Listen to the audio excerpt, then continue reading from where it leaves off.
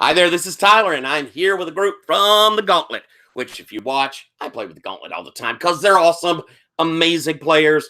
If you want to join us, you should find us at gauntlet-rpg.com. It will make you happy if you do because best gamers around. We are playing WWW Worldwide Wrestling by Nathan Paletta.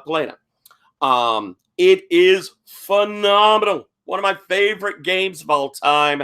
And we're using the Road supplement by Adam Ultraberg, which deals with the stuff outside of the ring.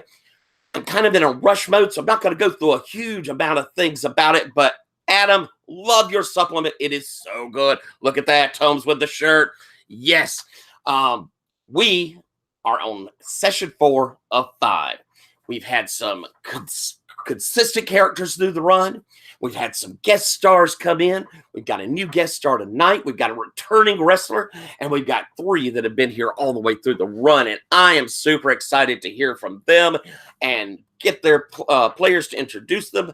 So before we start, I want to say real quick, we have a couple of safety tools on the table. Blah, blah, blah. Safety tools on the table. One of them is the Gauntlet Inclusivity Policy, which at its base says we're here to take care of each other, to be friends, to support, be generous, be open. We always build each other up. We never tear each other down. Our other safety tool is the X card, because wrestling has a history of some problematic things. It just does. There's homophobia. There's misogyny. There is outright racism sometimes. We have the X card here, so if things get a little too personal, a little too unpleasant, if it's destroying your fun, what you can do something like this or this. You can put something in the chat, or you can just say, "Hey, Tyler, I want to X that." I'll say if you put something in the chat, you may have to direct my attention to it. You may have to make some motion because I tend to look at your lovely faces and not over at the chat. Because if I do, I get distracted. But if at any time that X card comes out, I may ask for a clarification just to see where the problem is. But we will pull back, we will reframe, and we will move forward. And that won't be on the table anymore. That whatever that was will be off. And there's no questions asked. And I always say, please feel free to use it. It is here so you feel more comfortable, so I feel more comfortable. It is here for us to use. So anytime that comes up, hit that X. It's perfectly fine. It will not bother me at all. Now, we're going to introduce our amazing players. They're fantastic wrestlers, and we're going to get into some major worldwide wrestling action here. So I'm going to start off on my left. Carolyn, why don't you introduce yourself and tell us about your characters? Hello, I'm Gerwin. I'm playing Dr. Chaos. And it's always with a ha ha ha in the end, because nothing he can say can actually not finish with punctuation like that. He's an old school wrestler that went through several gimmicks in the lower card. Went through the development territory, was there for years before getting an injury. He left and did other things. He went to TV and he made it big. And all of a sudden, the Federation wanted him back. Shock horror. And so he's sure to live out his dream before going back to TV. He's sure to get everything that he was denied beforehand. And he's brought along his old tag team partner. You've got Professor Chaos, and you've got Igorovich. Oh, yes, master, with the lisp. Lisp's very important.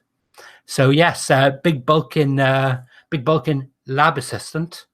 But very much the technical wrestler to Dr. Chaos's face man.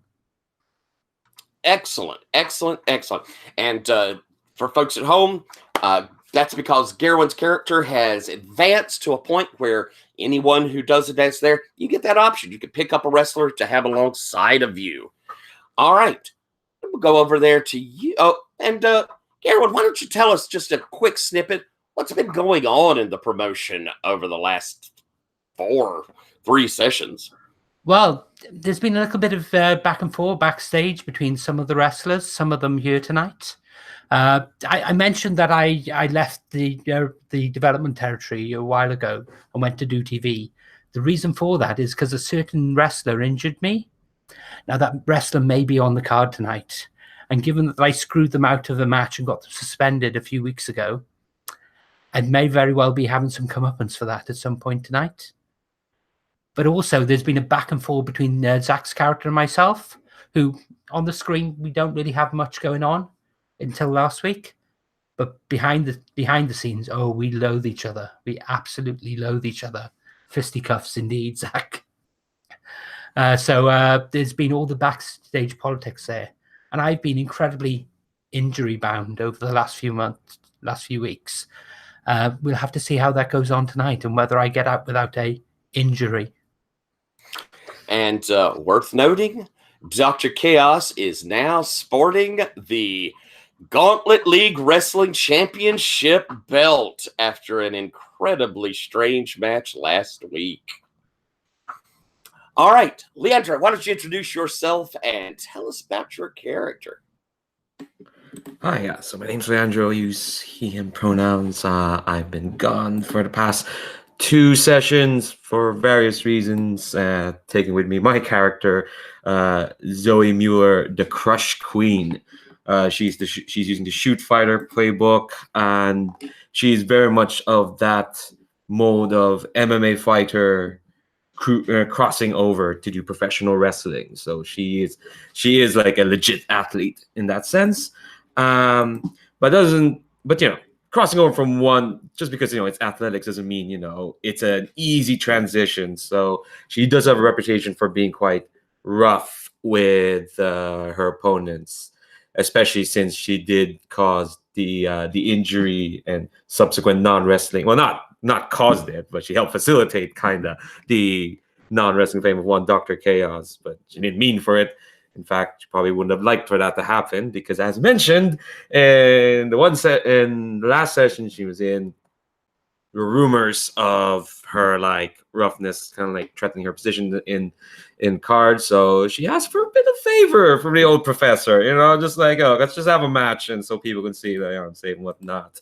And then, out of character, the dice betrayed me horribly, and so Gerwin, the snake that he is. Sorry, Gerwin. Professor Chaos took advantage of that and basically feigned an injury that got me suspended out of the promotion. And then apparently shenanigans been happening since I was gone. But Zoe's back with, I don't know, murder in her eyes? I'm not sure yet. Ooh. All right. Ryan, why don't you introduce yourself and your character? I'm Ryan, he, him, and I am playing the Reckoning, Raphael Rousseau, hailing from Montreal, in Quebec. I'm the Iconoclast. Oh my goodness, I can't talk. I'm the Iconoclast, and I guess looping back into summary, my main plot thread has been trying to work my way into the main event at our pay-per-view. They haven't been into it, but they can't really deny that I have an angle when I swerve booking to kick Harbinger in the neck and then accidentally injure him. So he hates me now, which is going to mean that our match will be really great if they agree to stick me in it. They tried to get me to betray Kraken and take the belt myself. That way they could then take it away and probably give it to that jerk, Harry, Ghost Guy Chaos. But nah, I didn't go for it. Kraken and I are an awesome heel-face duo, and I am going to fight both of them, and nobody can stop me. Awesome. Thank you very much. Thomas, I'm going to wait and have you go last if you don't mind. Zach, why don't you introduce yourself and your character, please, and a little something that's been going on. Hi, everyone. My name is Zach. I go by he and pronouns. And I play Bloody Bob Cross, who in the past has gone through several gimmick changes, but it's never really gotten over with the audience until he changed into his kind of hardcore Norwegian death metal gimmick. And because of that, he's kind of been relying on just to the pizzazz of bloody hardcore matches instead of just his pure technical skills. So there's a lot of tension between that in itself. But also, as Gerwin mentioned, Bob Cross has been feuding with Professor Chaos backstage, and it also has involved his family too, Bob Cross's family, and it's just not making him happy. Another thing with him, I feel like what we've noticed for the past 3 sessions is it's looking like Bob Cross is going through kind of like a downward spiral into this oblivion, because he just has like this kind of like idealistic view of professional wrestling, of the craft, that he would do anything that is necessary to like maintain its purity, meaning, you know, like not having some B list actor and within the promotion take over this performance art that he's like really passionate about. So I think there's a lot of tension, but I don't know. I think I really am excited to see where Bob Cross is going. So yeah, that's my character. Awesome and fantastic. Yes, and Bob's journey has been one of the highlights, I think, of the whole series. It's been very interesting. Tomes, why don't you introduce yourself and tell us about your brand new character to the promotion? All right, so I'm Tomer Tomes. I go by him, but I will be playing La Punk. Her real name is Sonia Arenas, and she's hails in from Chula Vista, which is down here at the border in California, between California and Mexico. And she grew up kind of around there, but has traveled quite extensively in kind of like the Southwest. Very into the wrestling scene when she was just young, and I think she had like a growth spurt pretty early. So right around 15 or so, she kind of like dropped out of school. She was already looking like pretty solid as far as like her mass and all that, and just started touring in kind of like the little like indie and amateur circuits. And has kind of made a name for herself. She's really into the punk rock scene as well, like as far as music. So she knows like all the bands and everything in the Southwest. And as she would go around and try out all these different little wrestling circuits, she would also stay at, random people's houses or like her punk rock friends or whatever. She's got tats all over, a combination of like Mexican American style stuff, because she's really proud of her heritage.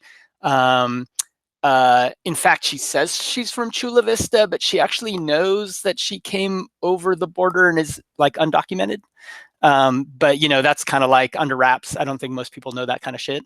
And she's got Furiosa kind of like war paint on top of her face. It's like dark, like kind of like greasy looking paint. In fact, there's a rumor that whole Furiosa thing from Fury Road was stolen from her, right? Because she started that earlier. Who knows? But she's got like a little tri-hawk. She changes the colors up based on whatever she wants to kind of like whatever's going on, in her head at that moment, or maybe depending on whatever's going on in the ring. Yeah.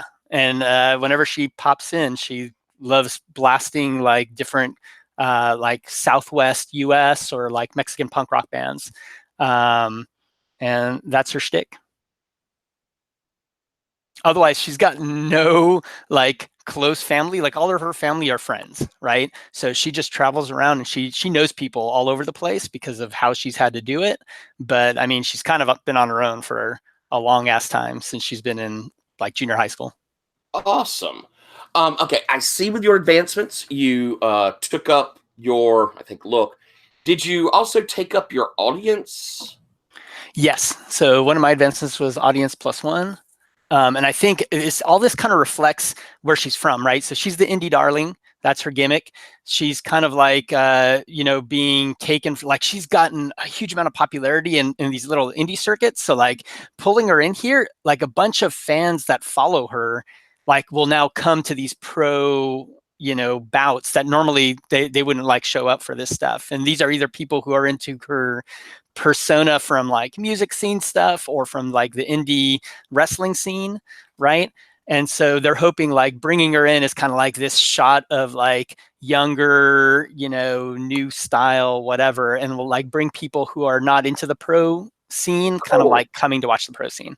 Then you can go ahead and set your audience at 2 instead of 1, because you would start at 1, and with this, it goes ahead and takes you up to 2. Yeah. All right. And I think that one other, like, if you look at her moves, they're all, none of them are based on like she definitely, like, she's hungry for this stuff. She wants to, like, you know, make it. She got a bit of a reputation.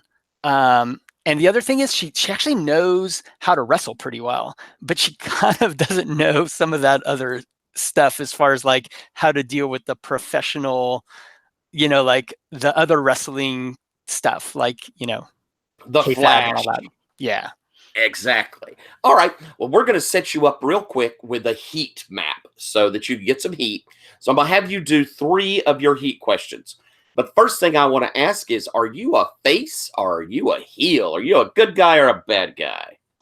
I was going to leave, like, I wanted to see whatever everyone was coming in with here. So I think it could work both ways. Yeah, I'll say we've got Professor Chaos, who is a face, and I'm guessing is Igorovich also a face? He is, yes. Okay, so we have 2 faces there.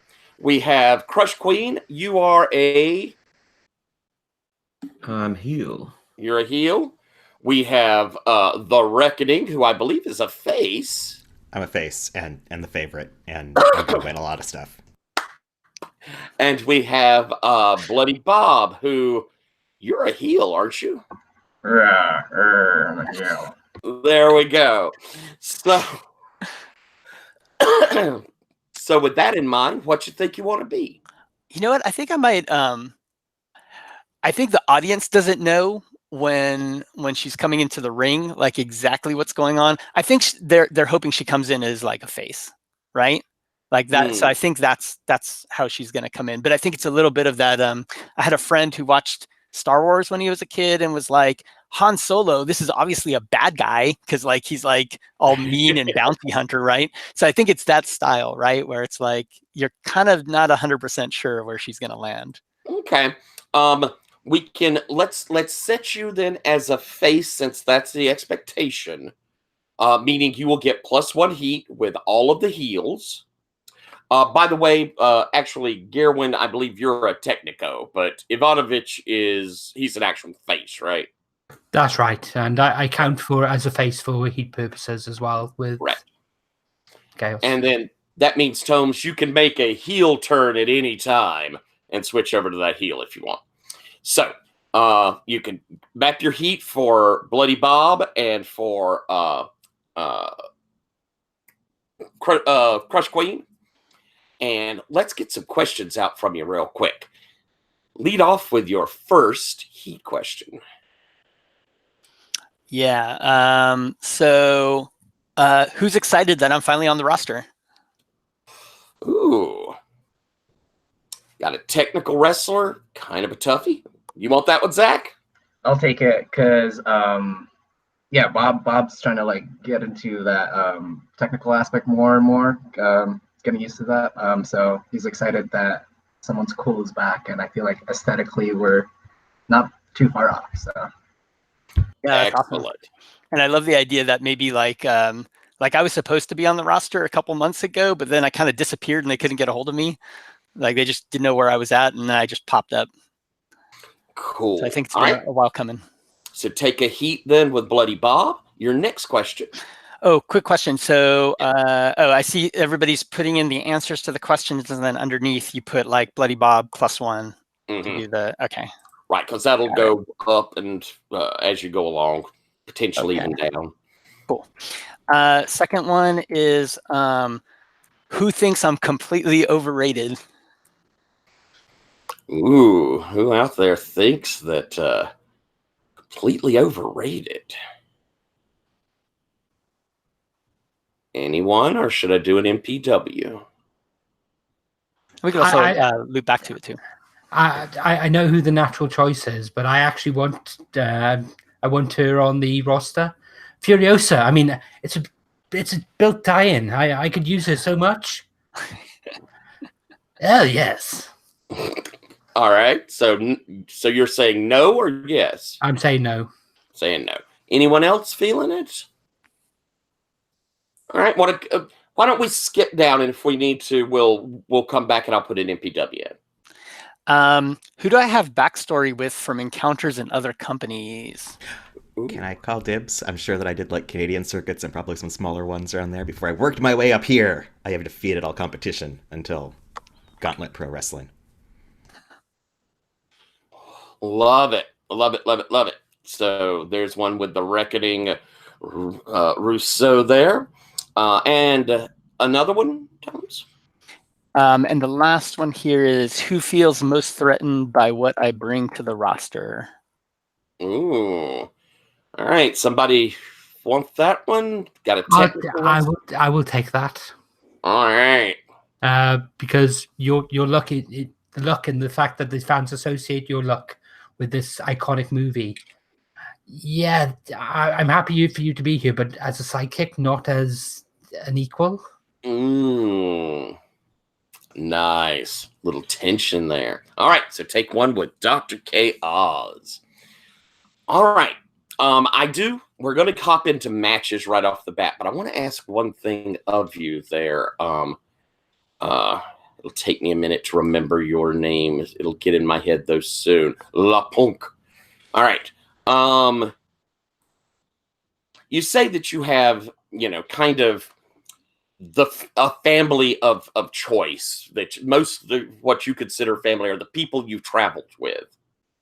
I want to ask you, you've been going through this indie circuit. This is kind of moving up to the big time.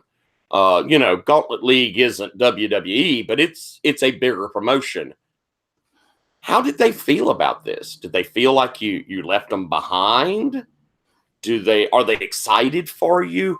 What are these friends of the circuit feeling right now about your move? I think there's like a whole mix, right? There's gonna be this group of people who are like, oh, maybe I can go on her coattails and like she'll make some money. We helped her out, stay on our couch. Maybe she'll pay us back, kind of thing. Like there's a little bit of that, but there's also like her big following was, people who are all kind of like, yeah, the indie circuit's the way to go. It's more real, and look at her now as kind of like, well, it looks like she's kind of selling out, right? So I think there's a big part of like her old hardcore base is like, ooh, there's a sellout vibe. But she's also gained a lot of popularity, so the newer fans are kind of like, oh yeah, she's coming up, right? So there's like a little bit of that mix, right? The hardcore people are like kind of iffy on it. Give me the name of one of the wrestlers on that indie circuit that you've been working with that's close with you, but that is the loosest cannon amongst them, the one most likely to do crazy shit. I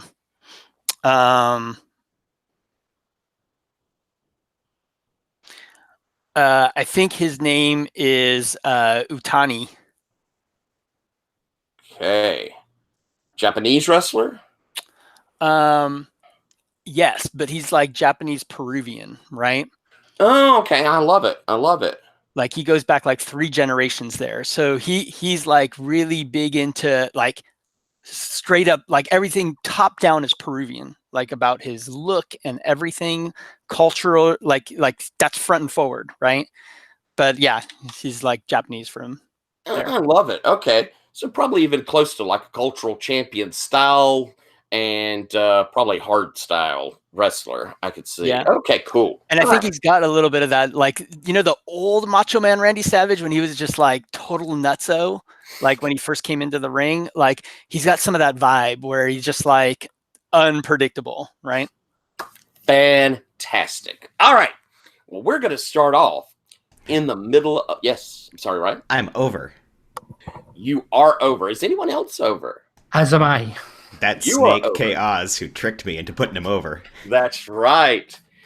To give us a quick recap, and I'm going to have each of you go ahead and roll the over move. If you'd like to go ahead and do that, we'll see the results. You both start also with 2 momentum to begin with. Everyone else, you start with the momentum based upon your audience. Last time, we had just the weirdest things that could have happened. We went from having a singles match that became a doubles, a tag team match that went wacky crazy, and Professor Chaos got kind of hurt in it, I believe, and in the process managed to trick their way into the big main event match, which was Harbinger and the Reckoning going to try and schmoz in on a Bloody Bob and Kraken match, but Chaos inserted himself into a fatal three-way with that, and then we had the spot. It was insanity. So, this time around, we're gonna see how all that fell out. But how did you roll there, Ryan, on your overmove? I got a 5. Oh dear. Perfect. I'll keep that in mind. But you still have 2 momentum. How did you do, Gerwin? I got a 14. Oh my, quite the opposite. Wow. So on a 10, I get to pick 2. I'm going to demand and be granted any match I want. Ooh, what match do you want? And I'm going to have a gauntlet match where Zach has to go through 4 other wrestlers before he can get to me. Holy cow. All right. And my second option, I'm going to get momentum. Excellent choice. All right. Well, then, I think we're going to start. Like I say, we're starting in the ring. And then we'll, whenever we have chances, if people want to do like flashbacks from backstage or want to say, I have a scene I'd like to do, feel free to call that in. But I'm going to start with you, Professor Chaos. Why don't you give us a promo that tells us that Bloody Bob is having to go through this gauntlet to get to you? Okay, so it's the start of the show. They've just sang the national anthem. The lights go down. The flying saucer comes in the middle, and rather than just hang up there, it lands in the middle of the ring. The door comes down, smoke comes out, and about 20 or 30 children pile out of it. So there's loads of children in the ring. They've got their hands up. They're all in their heroes of the future. Sorry, they're in their junior heroes of the future. Sorry, future heroes of the future collected outfits. And as they're standing there cheering, they're clapping. Dr. Chaos holds his hand out with the Chaos Gauntlet, and there's the belt, and the spotlight captures him, and he steps out, and the crowd goes wild. He puts the belt over his shoulder. He puts his hand on the children round, and he ruffles their hair. He's playing up the whole face thing, and a microphone comes down from the heavens. But being Dr. Chaos, it's covered in flashing lights and everything else. Oh, welcome, Gauntlet City. Oh, yes. We have come from a dark time in the future. Well, we have conquered evil. Yes, and we have our trophy, our prize, that we have worked so hard for. But this is not mine. This is not my title. This is your title, each and every one of you. Your faith, your trust, your confidence, and your viewing figures have ensured that we have overcome evil. But tonight, I sense evil in the air. Something has come back with us. Something disgusting. Something horrible. Oh, I feel an evil presence. And I'll point to the Gauntletron, and it will actually cut to Zach backstage. There he is. There he is. Oh, let's hear what you think of him. That's right, boo! Boo! Yes. He's coming for this. He's coming for your championship. But heroes of the future, assemble! Come, my heroes, protect that which we have won so dearly. And the portal lights up, and there's the flashing light, the spinning lights, and 4 masked wrestlers come out.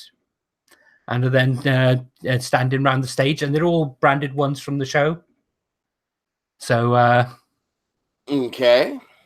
And so we've set up, you've got these 4 heroes of the future that are there in between you and Bloody Bob. Why don't we roll that promo?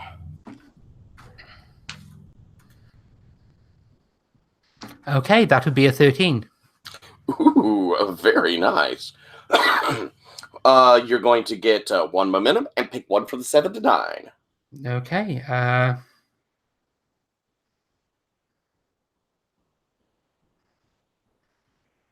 What's my heat with? Let's have a look and see what my heat with Zach is at the moment. I can't seem to find it. No, I'm on 4 heat there. So yes, this is going to be an elimination chamber match. So it's going to be inside a cage. Each of the heroes will be in their own chamber, and as he defeats them, another one will come out. Oh, all right. So adding a stipulation to it. Interesting. All right. Bloody Bob, you seem to have your work cut out for you tonight. My. All right. So we're going to start off in the ring. And I think what we're going to have as our first match is we've got Crush Queen back in action. So we're going to see her here in this first match. And we're going to see you going up against The Reckoning. So Reckoning, you know that management was never delighted with you sticking yourself in these matches, and last week kind of went nuts. So they're not overly happy with how all of that went down, and that's why Wolf told you, said, you're gonna have to prove yourself after all this mess. Gonna put you in. We got Killer Crush Queen back in. Been a while. Give you a little chance to get a workout there with someone. Show your technical chops. Think that's a good idea. Sound good to you there, Rec? Sure, I say, not letting on that, yes, this is clearly a punishment, but hey, I can make it work for me. Excellent. Why don't we see a promo then for you, heading up against Crush Queen? So, it's probably, once again, Sippy Cups finding her back, in like a hallway or something. Love Sippy Cups.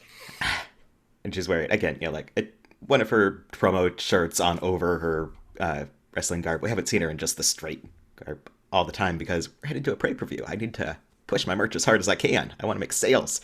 And they probably play it as like, this is the first that I've heard that I'm going against Crush Queen.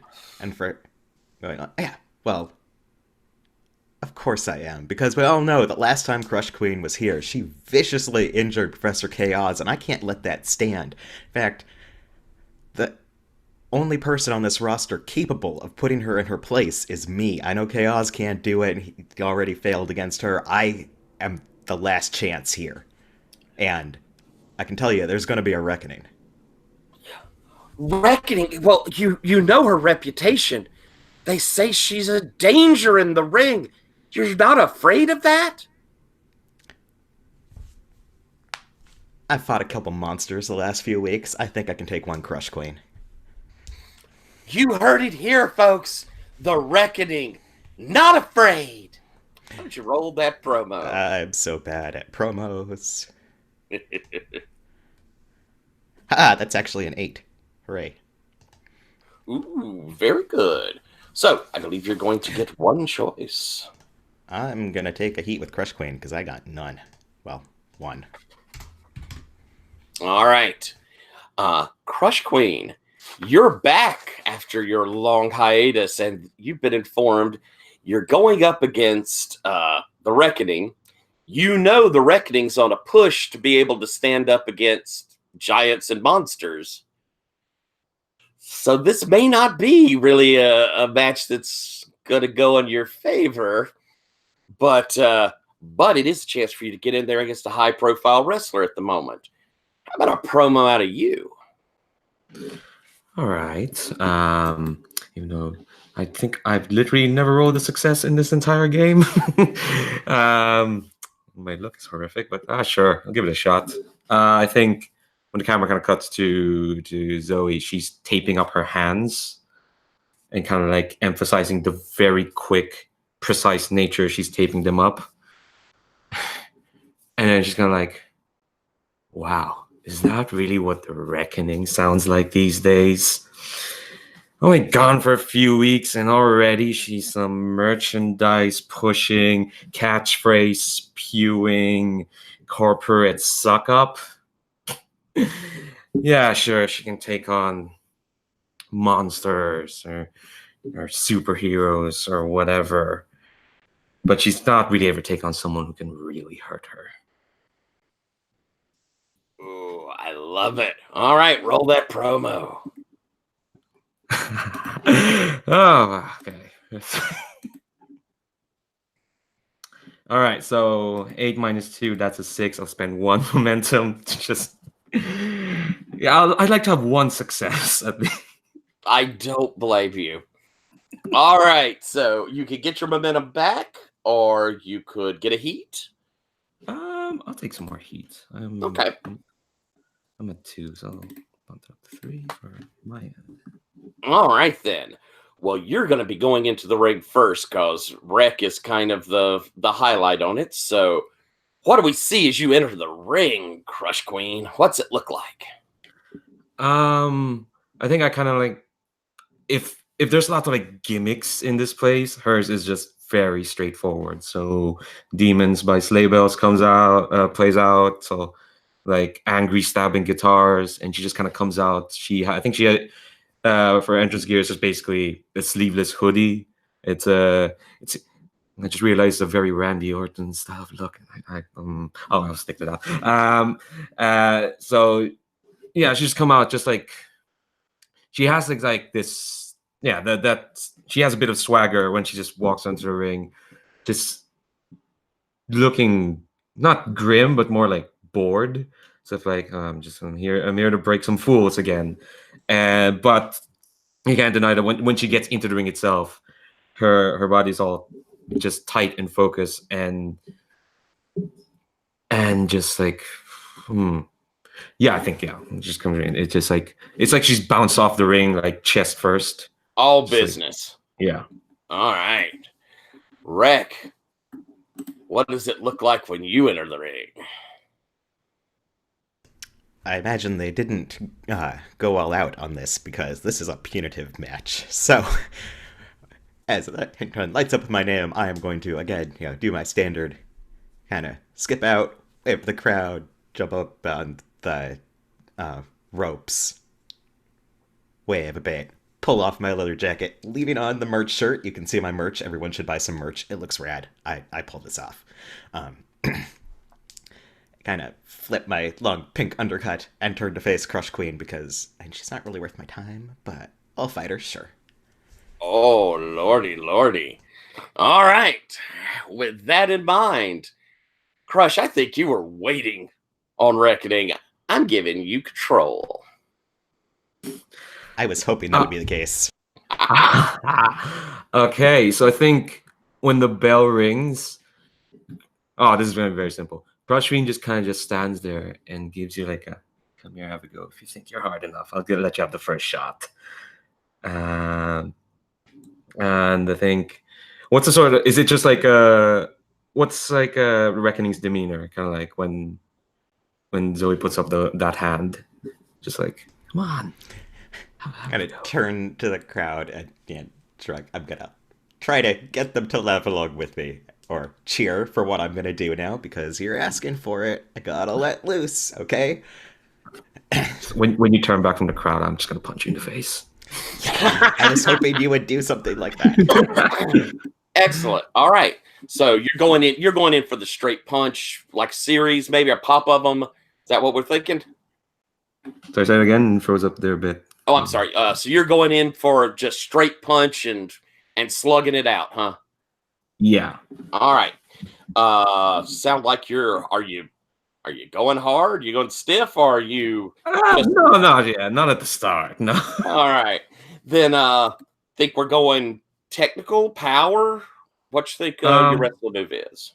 I think this is more technical. So I think what's going to start is kind of like, just to describe just what happens afterwards. So yeah, I do that punch, and I do think I get some flurries in. I think it's technical because on the one hand I'm trying to show like my punches hurt, but the performer is like, all right, I'm gonna make sure I don't really hurt.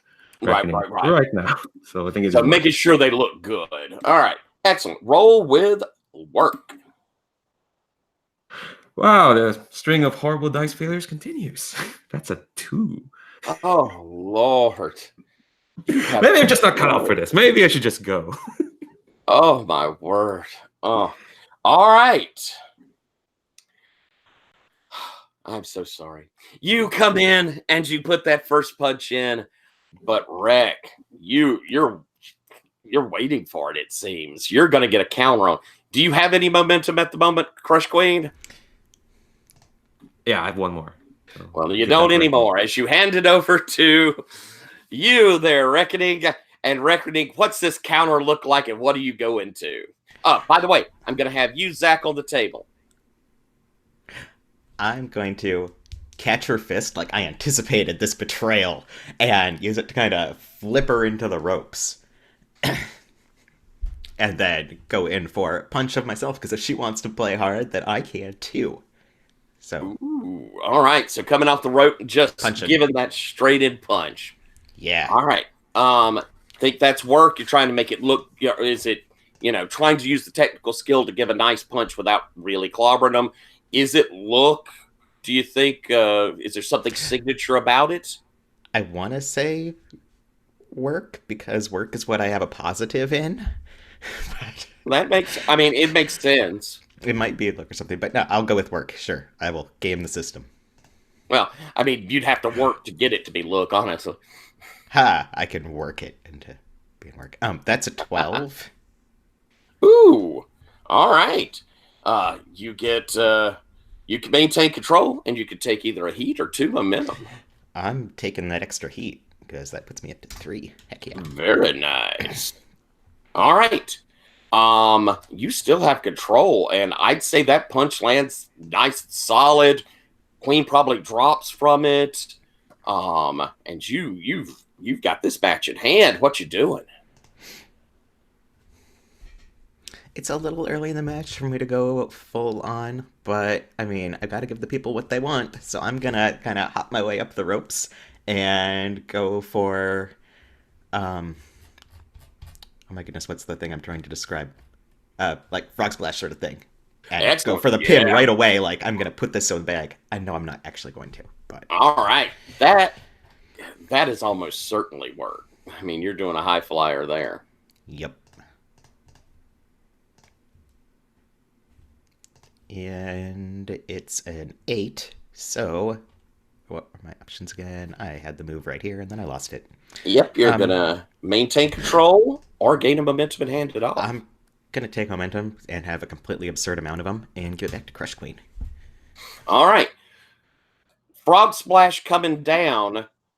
What do you do to manage to get control back there, Crush Queen?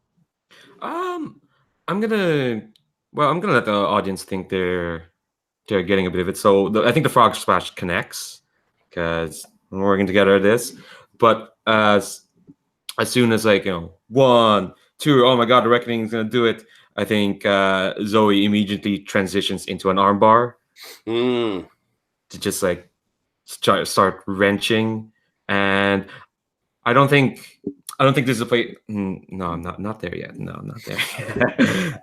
But I think this is very much like a hope spot for Reckoning to kind of like she'll wriggle to the ropes, but I'll keep that armbar in until the count of 5, and then Okay. just kind of release it and just kind of like, and roll my shoulders of like, come on. Gotcha. All right. So do we think that's the spot? Want to roll for that? Or have you got something coming out of that to finish out the sequence? I think that's a big enough. Think that's your sequence. spot? Excellent. Yeah. That sounds like work to me. Yeah. I can work with this. Come on. Right. Doesn't seem right because I rolled the same dice and it got the same result. Roll it again, and it did it spin? Yeah. That's Okay. All right. So apparently I'm not fated to have a successful roll. I'm just not. I've never wanted to carry these kids more than I do in this moment. It's so bad. I got a 4. A 5. a 4. Okay, Wait. 5. And no momentum. Oh, Lord. I'm gonna put it over. Lord. You certainly can. What do you say? Look at folks at home in the arena. It's the gnarly armbar that the Crush Queen is known for. Look at Zoe. Look at the Rex just opening her jaw like that's like the most painful thing ever. I'm selling as hard as I can to try to also put this over. But, all right, you get up to the 7 to 9. You can maintain control, or you can get a momentum. I'll grab that momentum. I don't blame you. And once you release that armbar and you're kind of doing the roll, gives it back to you, Reckoning. You've been selling, so you're kind of, the arm. Yeah, and I'm taking a moment just to kind of get myself, check my arm, like, did she actually break my arm? It's so much pain. Before I'm gonna get up and kind of still favoring my arm because clearly it's a stiff armbar. I'm gonna go for just a drop kick on her. It That doesn't use my arms at all. Took me a minute to realize there was a cat in front of you because they fade right into your shirt, and I'm like, what the hell is that? Oh, it's a cat. Black cat, black co's. It's a void. All right. I'm so sorry. You go into what? I'm gonna just drop kick her because that doesn't use my arms. I have full of kicks. All right. So running up there for the drop kick. What you think that is? Is that power, look, work? This might actually be look because I am a fairly kicky sort of person. Although, again, Like work is the only one I'm good at. But yeah. Well, I mean, I'll take the work and save the look for okay. flippier nonsense. All right. Which might be good because that means that I rolled a 6 and I only have to spend 1 to push it up. All right. So spending 1. Do you wish to get momentum, or are you going to hold on to control? I'll keep control. Why not? I don't think I've ever picked that option. All right, so that drop kick hits. It's a little iffy, but I'm guessing you're selling, aren't you, Crush Queen? Yeah. I think this is the moment like Crush Queen starts taking it seriously. It's more like she has that look of like, oh yeah, no, this kid can not kid obviously, but girl can jump. All right. You still got control there. What you doing there, Reckoning? While she's a bit staggered, I'm gonna go for just like a clothesline or something because normally I'm fighting people much larger than me. That wouldn't work, but she's on my size. I haven't seen what I can do against someone who is not a giant recently. All right. So go ahead. I'm sorry. I think it might actually be a look thing because I'm playing up that she's not bigger than me. I'm tough. So as she stands up, you go in for that big clothesline, showing that strength. How'd you do? That's another 6, so I'll spend the momentum, but then take it back and hand it over. All right. You've got it, Crush Queen, and so you should think of this kind of as how you come out of that clothesline. Your ref, Murray, has come up to you as you're getting up and said, "We're about to bring it home. It's gonna be wreck." So you know that this is your last stop chance to get some stuff off before we go to that finish. Oh, right. Okay, so I think.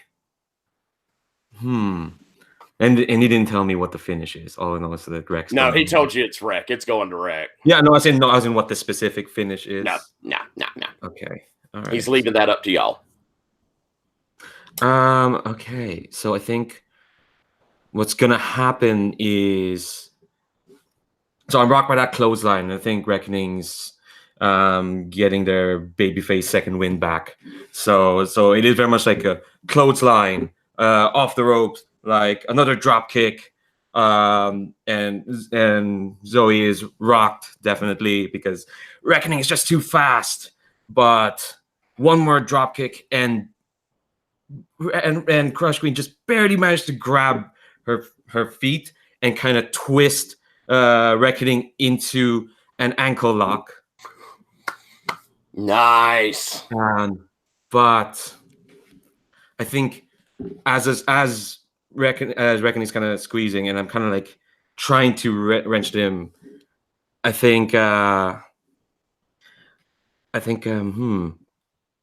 of character.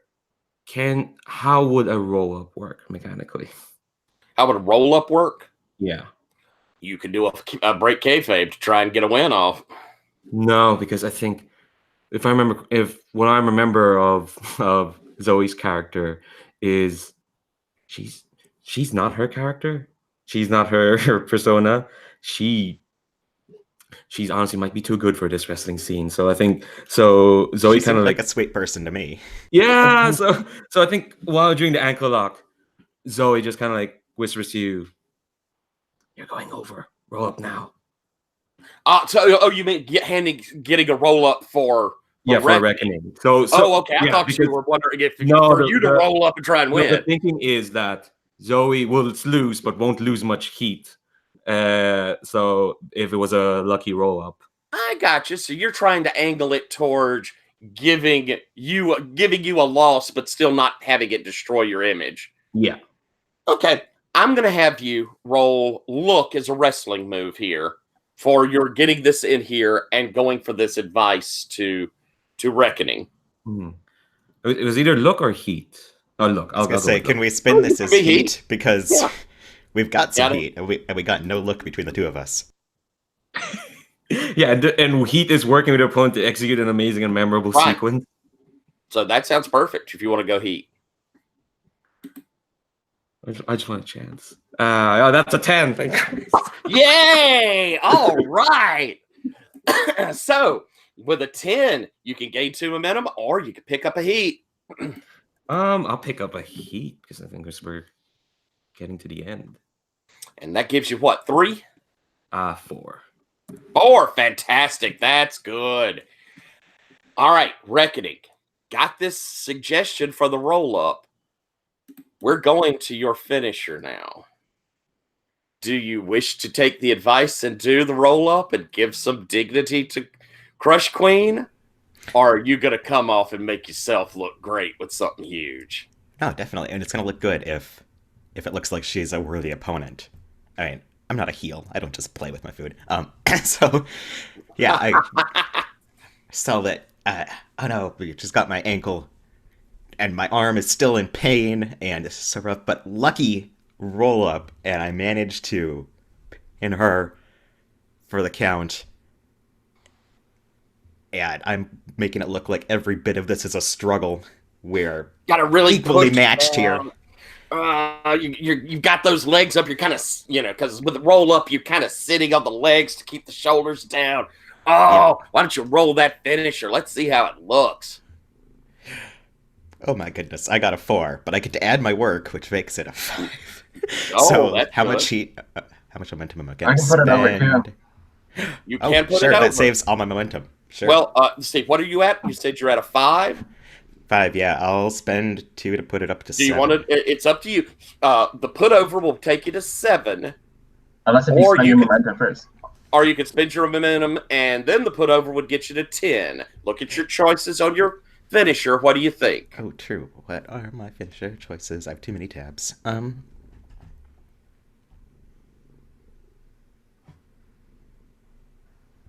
Ooh, actually, I think I like the 7 to 9 better because that means. Or no, wait, crap. Thoughts. How much momentum do you actually have? I mean, audience. I am going to go for that 10. Yeah, so I spend 2 momentum, and I'll let commentary put it over. How do you put it over? What? It's a roll up, everybody. It's a roll up. Where is it? It's coming out of nowhere. Beautiful. So what do you get on a 10, Ryan? On a 10, I pick if I or my opponent gains an audience, and I'm giving her the audience. Excellent. Takes you up Crush Queen to what? 2 or 3? 2, 3. 3. 3. The number 3. All right. That's what I said there. Fantastic. And the crowd goes wild because this looked like a really tough fought match. They have Reckoning having won. We're fixing to clear the ring, though, but what do we see as the two of you kind of split back apart? No. Crush Queen, how do you react to the loss? Are you going to do the heel, oh, I can't believe I lost? Or what are you doing? You showing respect? What you doing? I think it's the former, but not into that, not exaggerated. More like kind of like once the count is finished, I'm just kind of like have a look of disbelief, like what? This punk got in around me, and I think I don't know. Is Reckoning the type to offer a hand? You offered the hand, Reckoning? Or are they celebrating first? I will take the hand because I'm a face. All Right, so right. you're offering the hand because Zoe's not going to offer. Oh, okay. Yes, then I will offer you a hand. Yeah. What do you think? What you doing, Zoe? I think I give it a look. I give her a look, and I think they have the look of like, all right, you've got something, but I'm too much of a dick to take your hand right now, so I'm just gonna like slap it away and stalk off backstage. Excellent. And I'll look a little bit hurt by this because she's rejecting my kind offer. The crowd's cheering you and booing Crush Queen as she heads to the back. Look at that heel. Not even showing some good sportsmanship. What a shock. So we end the match. And we're going to head backstage for a moment. Zach, you, Bobby, have heard you've got this gauntlet series you're going to have to go through. What are you doing? Are you going to anybody to say anything about it? How are you reacting to the news that this is going on? Because it's probably a surprise. They didn't tell you.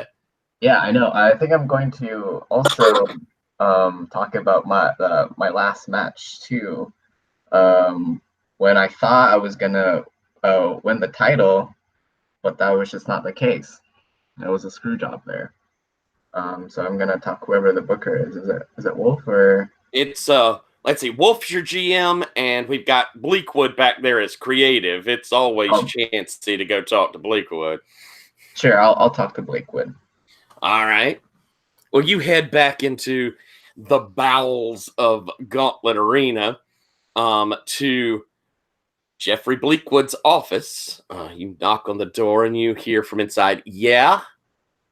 Just open the door and you see there's the props for the old Bleakwood Manor. You see that there's like styrofoam tombstones laying up against the wall. It's got that weird, creepy vibe to it, but there's also papers all over the desk. It's kind of wild where all these things have been written. And Jeffrey looks up. Bob. What the fuck? What the fuck what? What do you mean what the like? What are you gonna do with me? Last week I thought I was gonna get the title, and then you let frickin' Professor Chaos win the whatever the title, and now you put me in this gauntlet freaking match. I just didn't know. Like, tell me the truth. What do you want from me, and where do you see me going in the Chaos is hot. We needed him to. We decided it was good for him to get this belt early before the pay-per-view. What are you bitching about? You get 4 matches in one, and you're going to be all over this thing tonight. I don't like this, Bleakwood. I don't like surprises. I like when I know what I'm doing. You don't have to like it. That's why you get paid. If you got to do things you liked, you do it for fucking free. Well, I'm tired of this. I you know, I don't know how much longer I can stay in this company. Honestly, I know I'm hot. I have a big following. I'm going the pay-per-view high. Like you offer me that belt for I don't believe not for nothing. You must have trusted me into holding that belt because you see the value in me. But I guess that's just not the case now. Bobby, I sometimes think you don't have much vision. You see, the guy who has the belt tonight just made you enemy number 1, putting 4 wrestlers up against you between you and them. You get through those 4 wrestlers, you're going to be the man, aren't you? Looking for the belt. But you don't have that vision, do you? You think, oh, I've got to be able to get what I want.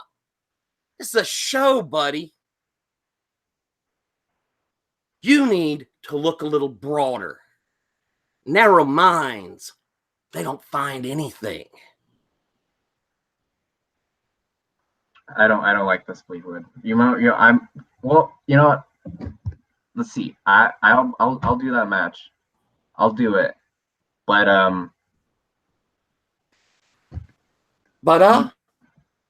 you just watch out what I'm gonna do. You get to go out there. You've got your hardcore. Go out there, beat the hell out of them. It'll be fun. Give me blood. I love blood. I lick it up like it's Kool-Aid. I love it. Give me blood. Give me a good fight. And you got a damn good shot of going for the belt at the pay-per-view. This is what you tell me now, but I doubt what's going to happen. All the swerves that you've given me the past couple weeks, it's hard to take your words, honestly. I'm hurt, Bobby. I'm hurt. Don't trust me. How could I?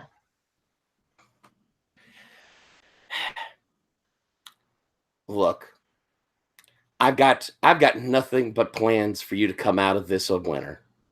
The only thing that keeps getting in Bloody Bob's way is Bloody Bob. Go out there, win your matches. That's all you got to do. One more swerve, and I'm out. Well, that would make me cry. Whatever. Just want that. Nice scene. Nice scene. All right. We're going to head into our next match, unless anyone has a scene they want to put out. Nope. All right. Our next match is going to be La Punk going up against... I just don't think that's the match I want. Because I was kind of... I left a little open here for where I was going to book because I didn't know what you were going to bring, Tomes. And I just don't see you fighting Chaos. I don't think that's my match I want to see. So I think I'm instead going to have you do... Yes? I was going to say he can call out Chaos. I think I'm going to have it be Igorovich. Yes. Yeah. Exactly what I was thinking. Yeah. So I think we're going to see the kind of appearance of 2 new wrestlers. This match is pretty wide open. So, La Punk, you're going to be going up against the Igorovich. I'd like for you to start us off on a promo. So, it's your opportunity, promo, to kind of call out or give insult. Keep in mind with Igorovich, that's sort of Chaos and Igorovich together. You're a heel, their faces. What's your promo look like? And you're talking about me being a heel, right? Because Yes. originally we set it up as a face, but like, Oh, that's right. That's right. You are a face. but I'm okay being a heel. That's fine too. Because I think I was like floating on the border. So if that's going to be a thing, like we can make that a thing. Why don't we have audience anticipation? You're the face, and you can decide in this promo how you're approaching this. If it makes it the heel turn, that's fine too. And has the audience seen Igorovich yet? I don't think so. They've only seen him in promos I've done previously, so Yeah, never in the ring. What does he look like in promos? Because I've seen nothing. Like, give me a little, just like a teaser of what this even sounds or looks like. Have you seen Plan 9 from Outer Space? Yeah. Yeah, you know the detective in that, played by George Animal Steel, big hulking guy. Okay. Yeah. All right. And does he come off in a certain way? Is he like the? I'm like Igor Master. Yes, Cool. I'll do it, Master. Yes, I will help you. Yes, with a lift, a very big lift. All right. So I think we see her. This is behind the scene, right? Maybe she's not even like paying attention. Like I think the camera guy, right? Like, or the little interview guy's trying to like do a thing with her, right? Like it's one of those kind of like interview bits, right? Sippy cup. Yeah. And I don't like, she's not looking at the camera. She's like facing the other direction. And we can see she's got some headphones on, right? And these are like old style, like the fuzzy, like old school Sony Walkman style things, right? And again, we see like some different colored mohawks and all that kind of like punk rock gear. We don't see any wrestling garb. Like she's wearing that shit underneath, right? Like some of the spandex and whatever, but like it's not peeking out, right? So it just looks like she's just wearing like cut off, leather / denim-y stuff, right? Like mixed hodgepodge of things. Gotcha. And who's the guy who would be interviewing like wrestlers? This is Sippy Cups. She's our interviewer. She's bubbly and happy right until you say something shocking, and then she's like, "Oh my goodness!" Sorry. Oh, that's perfect. Yeah. Right. So I think she's like maybe trying to come up and get her attention. Punk, and finally we'll tap you on the shoulder. Right. Punk. And I think she just turns and like straight up in Sippy Cup's face, just like what? You're new here to Gauntlet League Wrestling. I'm wondering, what impression do you want to make upon big style wrestling here in Gauntlet City? And like I take my like I had my headphones off after she tapped me, and I'm like shaking my head with all this blabber, and I'm like, oh man, they say my music is noise. Oof. And I put these things back on my ears, and I'm like, at this point, like I kind of like, I'm not paying attention to her anymore. I'm just like looking at the camera, right? So like whatever she said, right? And I'm like, I just heard that, this place needs some new blood, and I'm here to bring blood. And like I put up my, my two little punk rock things, but like backwards, right? And I've got my little X's on here, so like all the people out there know like I'm straight edge and I'm like punk rock or whatever, right? And I'm like, Igor, man, you're just working for somebody. You're working for your man. Well, fuck that. I'm here to take it on and bring in some fucking punk rock noise. And I just like start like rocking out, and like I think I like bump into Sippy Cup, like a little bit of like mosh pity stuff going on, and just like knock her over a little. Awesome. Love it. And I still think that gives us the ambiguity of this is still a face, but just punky, kind of iconoclastic and not know a healer face. Why don't you roll that promo? That's rolled with look. All right. Look. Not my worst. Ooh. Well, that's a 11. Woo-hoo. All right. You connect with the audience. You gain 1 momentum, and you get a pick from the 7 to 9. So you could get another momentum. You could get a heat with Igorovich, or you could get a stipulation, or you could get creative to book you in a match after this one. Let's go with heat. Heat with Igorovich. Excellent. So that takes you up to 2. Good choice. All right. And Sippy will come out and say, I hardly know what to say as she retreats. And actually, I think we catch her on the floor for my entrance. Okay. So as LePunk leaves, Igor and Professor Chaos are coming. Professor Chaos are coming backstage, and they see her on the floor. And Igor runs over. He's this big hulking brute. Oh, Miss Cups, and he kneels down next to her. Are you okay, Mrs.? I am. Thank you. I just spoke with LePunk, who says that they're going to take it to you. How do you feel about that? I can take many things. Did they knock you to the floor? Are they an absolute cad? Well, not to the floor, but they did mosh upon me. They mossed upon you. They mossed upon you. Mossed! Oh no. Oh, we can't be happy with that. Oh no. Master, please. I must avenge this lady's honor. Honor! Her honor. And Chaos says, oh, you are right. Yes, you must. Go get that punk and show her what a hero of the future can do. Wonderful. Roll me that promo. What is Igorovich's look? I'm using Professor Chaos because I have the move Strong Right Hand, which means if I'm in the same segment, I can use his local reel. Excellent.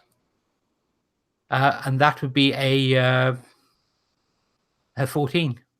Fantastic. That's going to give you a momentum, and you get to pick one.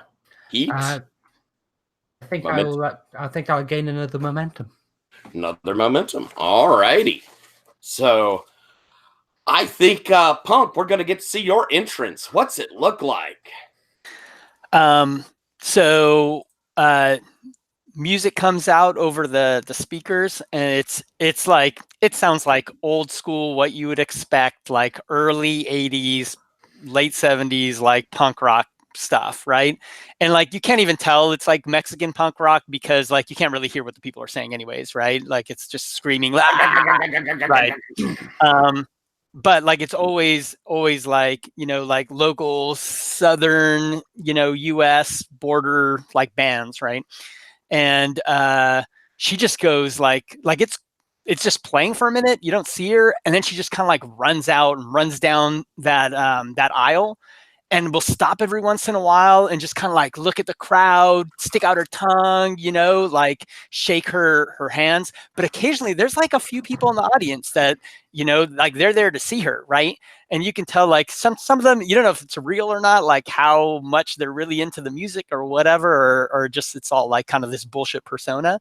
But, some of them are like wearing like punk rock looking stuff, or like, maybe their hair's all messed up, or like there's a little kid with his dad, right?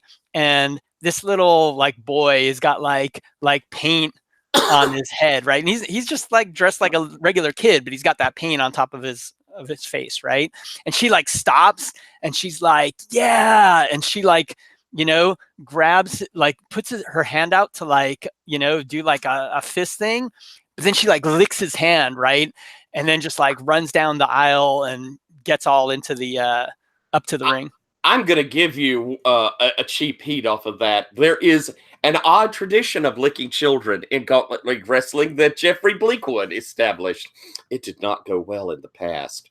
Um, so, into the ring you go. What does the entrance for Igorovich look like? And Igorovich doesn't have his own theme music. He uses Professor Chaos's, which is an old, which is basically a re-recording of the Briscoe County Junior theme from the 1990s. So it goes off, and there's a flash of thunder. The smoke comes up, and slowly lurching out of the actual smoke, Igorovich walks on stage. He's lumber. He's slow. He's hello everyone. Yes. Oh, it's so good to see you. And the persona changes literally as he's walking down. He's shaking hands. He's patting kids on the head. He's handing out future heroes of the future gift packs as he goes down. And one of those very cheap much heat? Effectively, yes. Excellent. As he gets to the ring, I'm going to put... let's have you, Leandro, let's have you on the table for this one. All right? And since we're at time here, kind of, why don't we go ahead and, before we start a match, let's take our 5-minute break. That way we can push through to the end from there. So let's actually do 7 minutes. We'll come back at 20 after. Sound good? Quick question, with cheap heat, is that something we're supposed to mark somewhere, or is that just like a... cheap heat gives you another momentum, a free momentum. You can do that once per session. All right? And see y'all back at 20 after.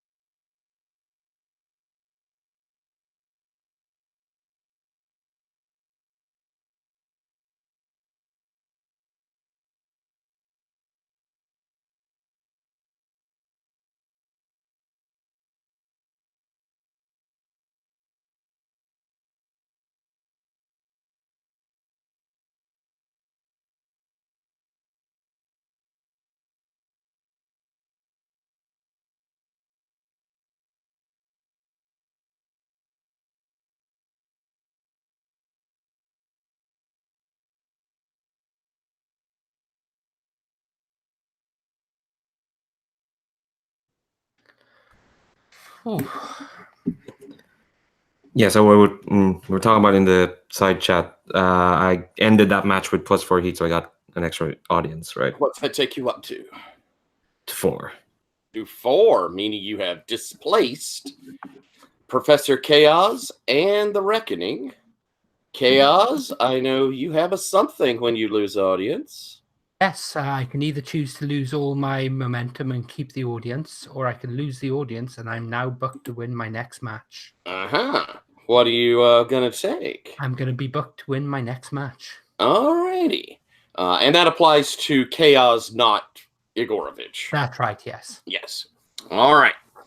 And I'm trying to angle to see if I actually have a Professor Chaos match this time. Oh, well, Zach's got 4 wrestlers he's got to get through, and then I'm the 5th wrestler. Oh, are you? Yes. Ah. Sorry, I didn't make that clear. So there's 4 wrestlers ahead of him, and then there's Chaos. All right, good. That plays into something I have in mind as well. So lovely. All righty. So we're starting. Quick question just before we start. Like with the, I'm trying to make sure I didn't make a mistake here. I know with audience, I started with 1 audience, right? And then I got one which was through the other thing, and then, but I see that I put 3 there. Maybe I accidentally put a momentum in there when I should have put it somewhere else or something. Yeah, I don't think you picked up an audience yet. So you probably stuck a momentum into your audience. So with momentum, I would have started with 2 because of my audience. Mm-hmm. I just got 1 a second ago for the cheap heat. Was that it? I think that was it, right? Well, I don't know. I think you would have started with 1 for a 2 audience, wouldn't you? Yes. Oh, yes. Got it. Okay, so I should have 2 then. So 1 and then 1 for cheap heat. Correct. Right. Cool. All right. So we're starting off this match, and LaPunk, I think you're going to be starting with control because we've got kind of a lumbery Igorovich. I think you probably got the speed on Igorovich. So lead us off, Tones. So, and I think it kind of starts that way, right? Like we see, and Igorovich is pretty big. Oh yeah, right? big guy. Very big guy. Yeah. So I think there's a little bit of that, like it looks like he's trying to like grapple her, and she's pretty nimble. Like we see she kind of like does a couple of dodges, and her movements are a little bit kind of unpredictable. Like there's one moment where maybe he tries to grab her and she doesn't just kind of like jump back. She like jumps back and grabs, like she's on like near a corner. She like grabs onto the ring, and then he goes after her and she like bounces like a little spider over to like the other, like ring. And, he kind of like fumbles at the, at the ropes there or whatever. Right.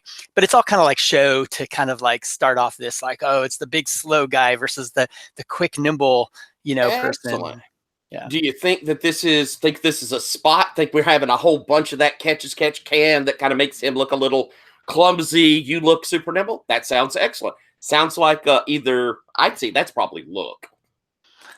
Sounds good. I don't know if that would have been worked out for heat, so that sounds like look.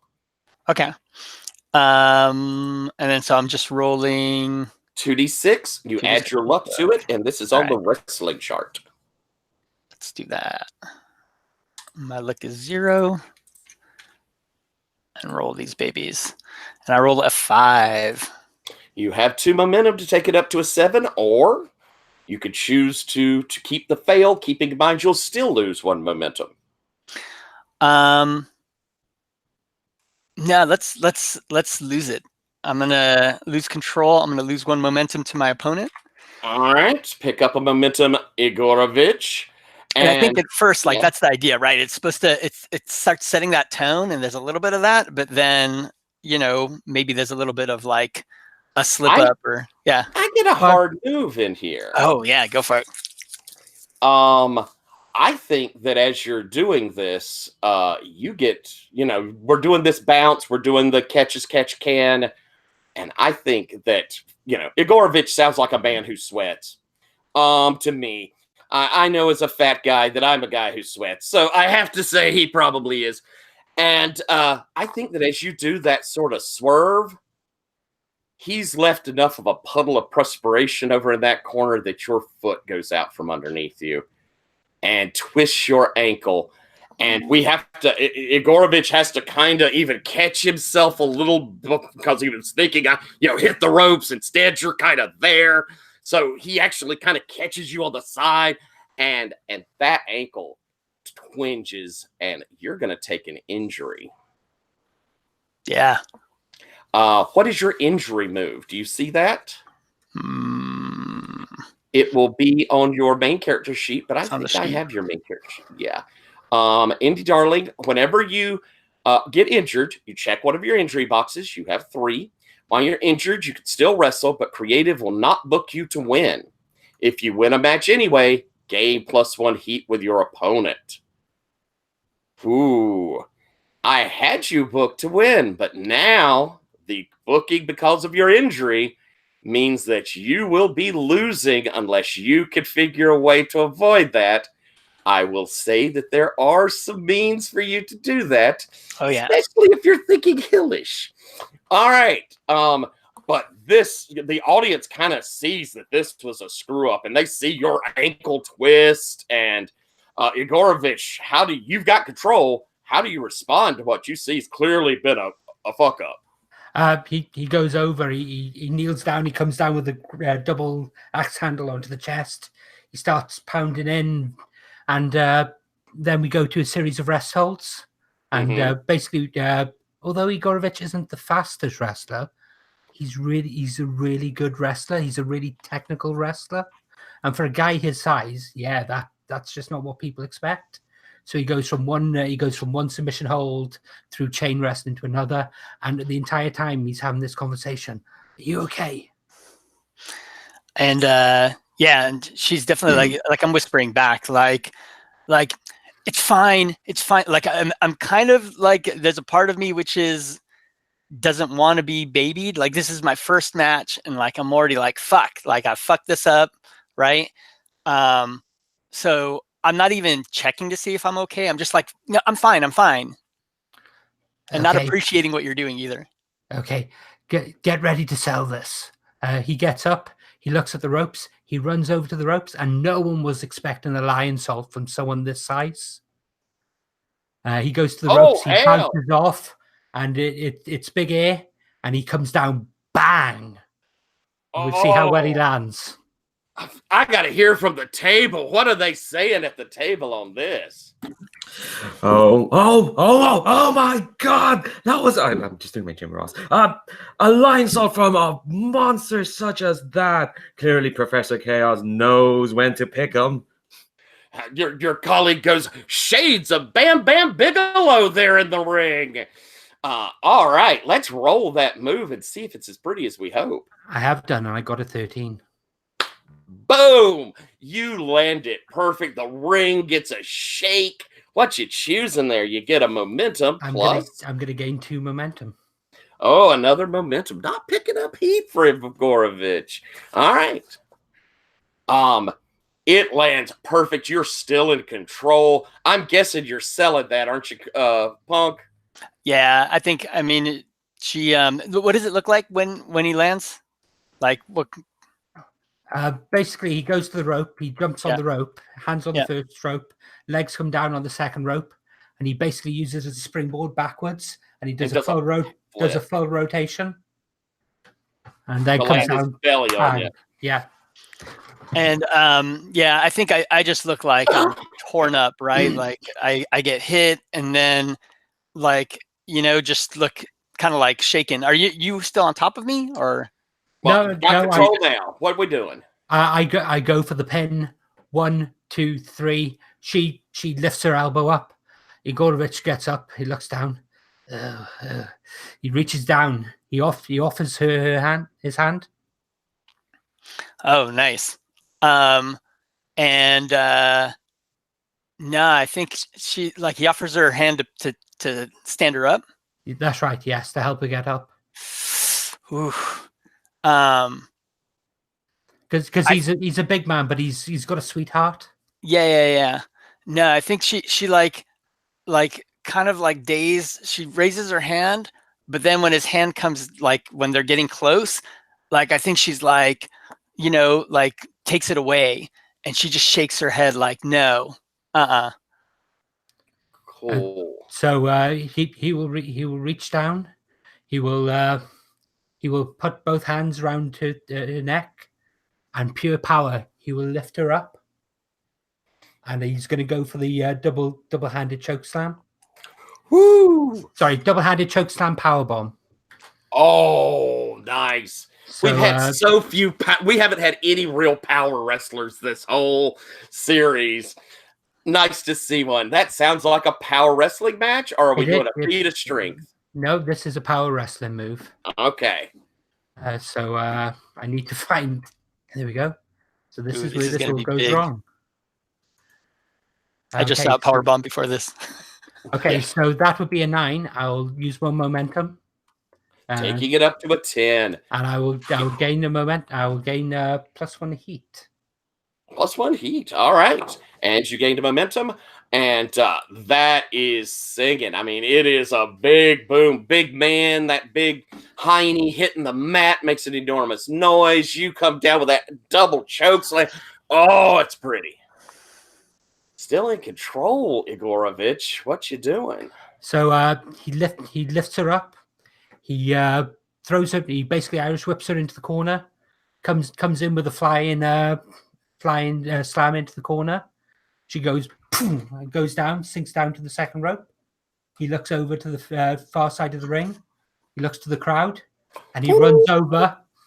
He jumps to the second rope. He stands up on the top rope, and he's going to go coast to coast.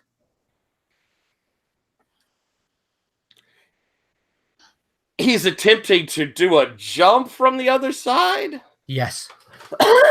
Oh, my. He's doing a Shane O'Mac special. I've been saving up all the proper wrestling moves, so so I actually have someone who can do them. So this is all high spots, I'm afraid. I love a power wrestle. All right. So a full leap to try and get to the other turnbuckle. Is that what we're seeing? That's right. And I roll a 4, and I'll keep it at a 4. Oh, my gracious sakes alive. Well, I think I don't know. He was flagging to keep. Well, I don't know. Do you want to keep it or No, I'm more than happy to hand it over. Okay. Okay. So you're keeping the 4. I'm keeping the botch. And as you go sailing, I think you come short. I think that's too much to ask of the big man. And so over there in the corner, you see this happening. Punk. First off, -1 momentum for you, Igorovich, +1 momentum for you, Punk. As this leap, I think probably the problem is the takeoff. Is when he jumps back, there's that little bit of slip again. The ropes had already stuff here. There's that little bit of slip. So as he launches, there ain't no way he's making it the whole way. It looks like he's about to face plant the third, your third of the ring. And I think I'm gonna call that an injury too on that botch. Okay. What's his injury move? I'm just checking. I haven't actually copied it over. Let me go and have a look. Do to take over control while I look this up. Yes, go ahead. So, Punk, you've seen this. It's clearly a bot. I mean, he clearly fucked up. How are you gonna try? Are you gonna try and save it, or are you just gonna work off that it didn't make it? What you do? I think work off that it didn't make it. I think she's down there on those on that second rope, like her arms are over. He doesn't make it, and I think there's just this moment where both of them just look like all jacked up and spent, right? And I think she looks down and she's like, oh, okay, this is an opportunity, right? And she like makes a big effort. Looks like she's making a big effort to get off these rings and kind of like shake her head. I think the crowd's kind of like going a little bit back and forth, and I think she just starts doing this like punk rock skanking thing through the ring. Like this is how she like buffs up her energy again, right? And she just like starts doing this little mosh pit thing all on her own and kind of going in circles and circles as I think Igorovich is kind of like shaking it off and like getting up on maybe hands and knees. And then she's going in a circle and she's just gonna like jump and like just hit him on the back. I'm going to give you a chance here Yeah. first. As you're doing this, you could choose to use this as working the audience, as you're pumping yourself up. Let's just Now, do that. if you do that, though, you're handing off control. So I want to That's make cool. sure you're aware of what's going on. Right, or right. you could go straight into that wrestling sequence. Which would you prefer? No, let's work up the audience, see what happens. All right. So roll with your audience. Mm-hmm. So roll plus audience. That's a +1. That's an 11. Thought you were 2. Oh, my audience was audience 2. You started with 1 and you bought 1. Oh yeah. That's right. Well, so that's a 12. All right. So they are getting The music's even behind starting to pump up. Like all of a sudden they start playing some of that punk rock stuff, and she's just like, Excellent. Yeah, the crowd's up. They're giving they're with you. You're going to gain 2 momentum. All right. But it passes control. Igorovich. While she's pumping up, Igorovich gets to his feet. He gets up. He sees her pumping up. He comes up behind. He takes his hand back. He shakes his head. Then he taps her on the shoulder and waits for her to turn. And I imagine probably that faceplant, maybe a bloody nose. Oh yeah, it's definitely there's definitely red. You see what the injury move was? Is it going to change booking? No, it doesn't change booking. I basically lose all. I gain 1 momentum at the start of the match, and I lose all my momentum at the end. Ooh. So he's right. going there to hit her. He's waiting. He's going to hit her, but he taps her on the shoulder. Okay. He waits for her to turn around, and then I think go ahead. He's going to go and swing. He stops. Yeah. And he takes a step back, and Squares up. And he's using his face move to gain +1 heat. +1 heat. Excellent. All right. So that uses 2 momentum, 1 momentum. 2 momentum to use your face move. Gain that heat. And it turns control over to you there, Punk. You see this gentlemanly gesture. So now we've got the crowd kind of reacting as you get when you have face match fights. They're cheering both sides. We're seeing one of them showing really good ring class. Yep. Punk, you haven't exactly been that one that's been doing that. Mm-mm. So what do we see? I think we're seeing the two of them like face to face, like they're just like staring at each other. And so you're saying that Igorovich has some blood coming out of his nose too? Is that it? And I think she just is like up there staring at you like straight in the face as you've turned, and she has to look up, right? I mean, like a bit, like she's not, she's solid, but she's not a tall person, right? But she just looks up defiantly at you. And are we doing a little bit of exchanging stuff at this point? Or I think so. Yes, he backed off to give you rather than hit you the sucker punch. Yeah, he deliberately backed off and gave you a come at me. Right, and I think she does like walks up and maybe you there's some of these like generic kind of like the wrestling hitting back and forth things, and it's a solid hit. And I think she kind of like staggers for a second, but then just steps right back up. And then, hits you, which is not nearly as solid. And then you hit her, but she takes it. And we're kind of like going back and forth just a little bit, just like, just trading blows. And I think she wants to, I think maybe she's going to do one of her little, like something she's known for, like a little move, which is she's got a move called like the dancing crab. Right. And, we go back and forth a little bit, and suddenly she just like runs up and like, basically like kind of like bounces up your body and throws her legs like over your shoulders and tries to like, get you to like swing you over kind of like Frankensteiner. Yeah, but you're big. I don't know if it'll if it'll work, right? We shall see. I think that this is either look because you're saying it's signature, or power because you're throwing the big man. Whew, I haven't seen a Frankensteiner in Let's do a ages. look. I mean, I think you know this move, right? This is like her shtick. So like, I think it's look, yeah. all right, let's see. Cammy does one of those in Street Fighter too, doesn't she? Isn't that her move? I love the Frankensteiner. This is it's a 10 plus 0. Woo! You are plenty capable of getting this, plus with some help from Igorovich. And it looks sweet. Big move. I mean, this is a huge move. Big boom as it finishes. You're going to pick up 1 momentum, and you get the choice there of where did I put it? There we go. Gain 2 more. I'm sorry, you don't get a momentum. You get the choice of gain 2 momentum or 1 heat. And so, got it. What's the advantage of gaining heat again? If you get to 4, your audience will go up at the end of the match. Right. Anytime you're in a match with someone with 4 heat, right, you go up. And right, I don't do the thing where we drop heat. I might should have, but I don't. So it sticks until we resolve a feud. I usually do that in short run sessions, just because you get no heat buildup if you don't.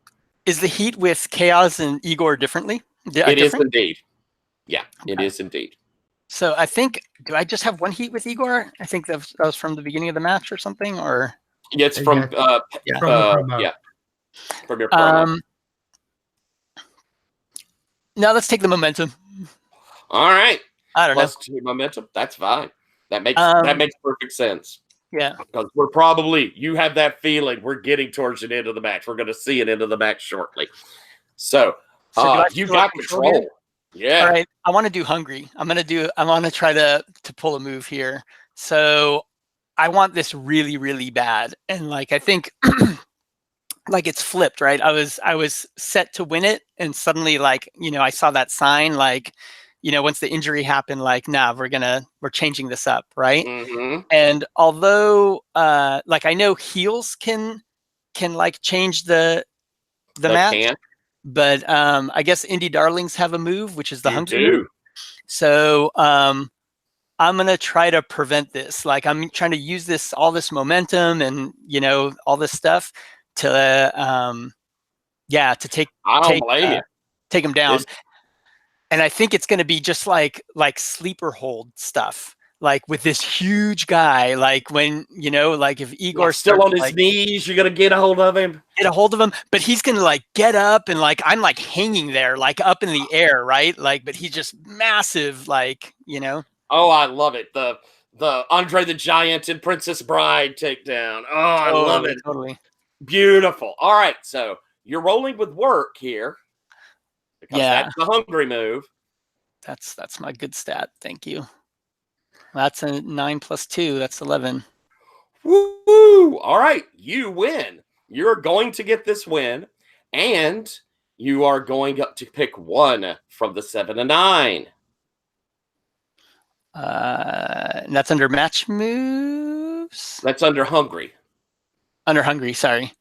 Yeah. So 7 to 9, you win. Right. I'm sorry, on 10, and then you get 1 off there. But your opponent picks 1. So I either take an injury, I lose 1 heat with you, or I get pulled out of this feud by creative. But you get to make the choice this time. Right. I think I go back to the corner and I try slamming you into the corner. Oh, yeah. And then I run out of the corner and I basically do a roll forward to try and actually get you off because he's a big guy, but he's an agile guy. Yeah. But I think as I come down with you, that ankle that had been hit previously gets caught. Oh, and I think suggesting the injury cause he actually. Oh, sorry, I thought I got to pick. That would be if he'd rolled the 7 to 9. Sorry, I do apologize. I misunderstood. That's all right, but that's a good suggestion. So I kind of like that. Yeah, like I'm gonna go with that, especially because like who knows if we'll see LePunk again, and maybe this is why. All right. So yeah, let's grab that injury. I think like you're playing into it, and then suddenly you do that roll, and like like in the slow-mo of footage later, we see my ankle like slams against, maybe one of the posts or something, or kind of gets caught around that. I love it. All right, take that second injury, but you're gonna win this match with that sleeper hold. Roll your finisher. All right. Oh, finisher. I forgot about it. Oh man. And All we've this heard nuts. what you're doing. We got this whole thing, and slowly we're seeing the big man wear down. All right. Roll it up. So Pulse with nothing. finishing You can move. add momentum. And we still have from the table. And I want to And hear. that's a 9. And you add momentum? You can choose Oh, to you add can. momentum. Oh yeah, let's go ahead. Let's You've add one. had one. All right, I want to hear from the table, though. What is the table saying about this takedown? I think it's like oh my god. We thought that punk just came with all her bad attitude and her bad taste in music, but turns out she's smart as well. She knows how to take on the monster. You don't beat them up, you chop him down, and that's exactly what she's doing. Beautiful. And what does your finisher say, Tomes, when you roll a 10 plus? Oh, on a 10 plus, you hit your finisher clean, gain 1 audience. That's it. Excellent. So your audience goes up to 3. You did not have 4 heat with Igorovich, so you do not get an audience for that. Igorovich, did you get up to 4 heat? No, nowhere near. Ooh. But that was a hell of a match.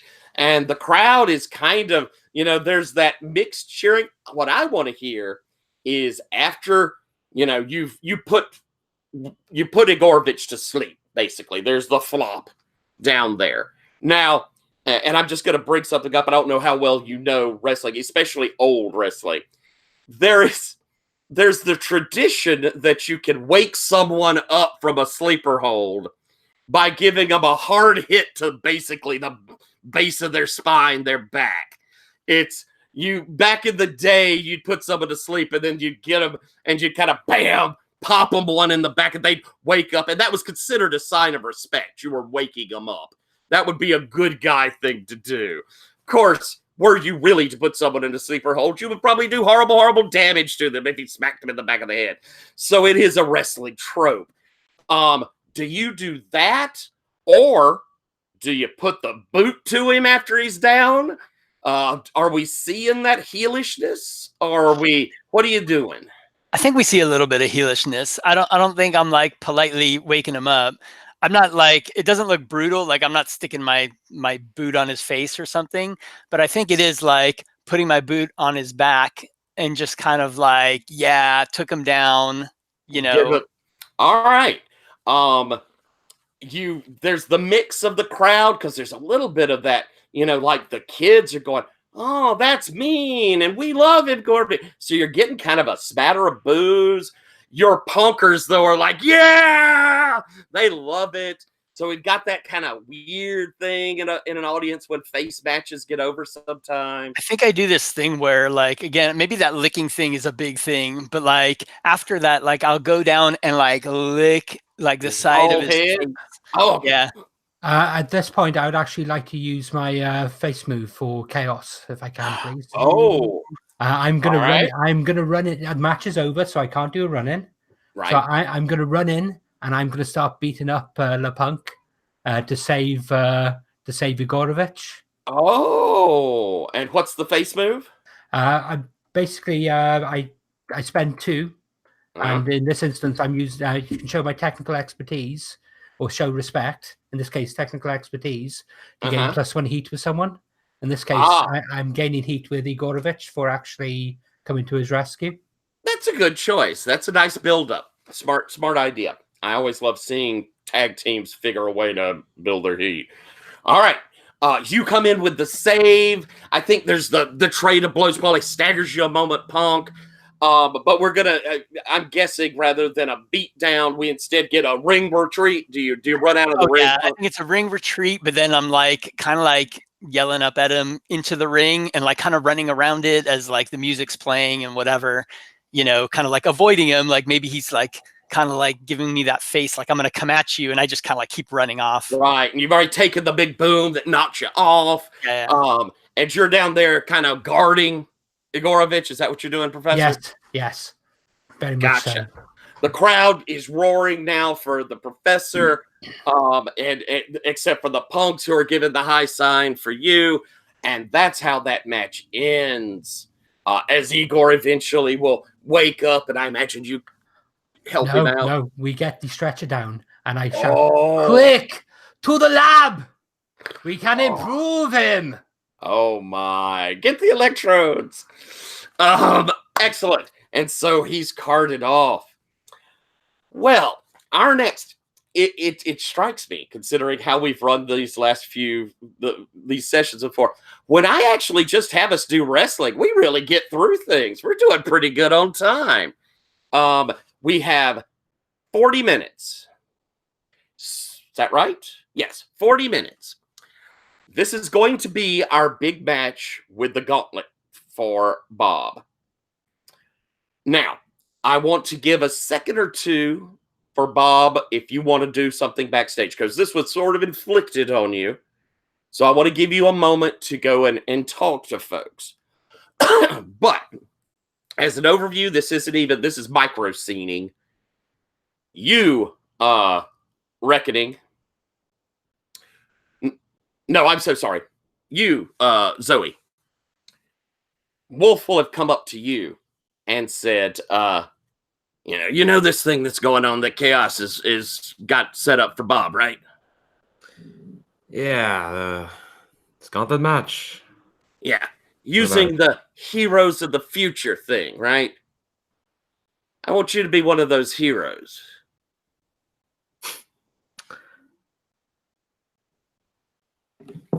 Is this... Sorry, okay. And here's the twist. Bleakwood wants you to be number 3 of the 4 and have you do the turn to show it's you, and the 2 of you take down the 4th.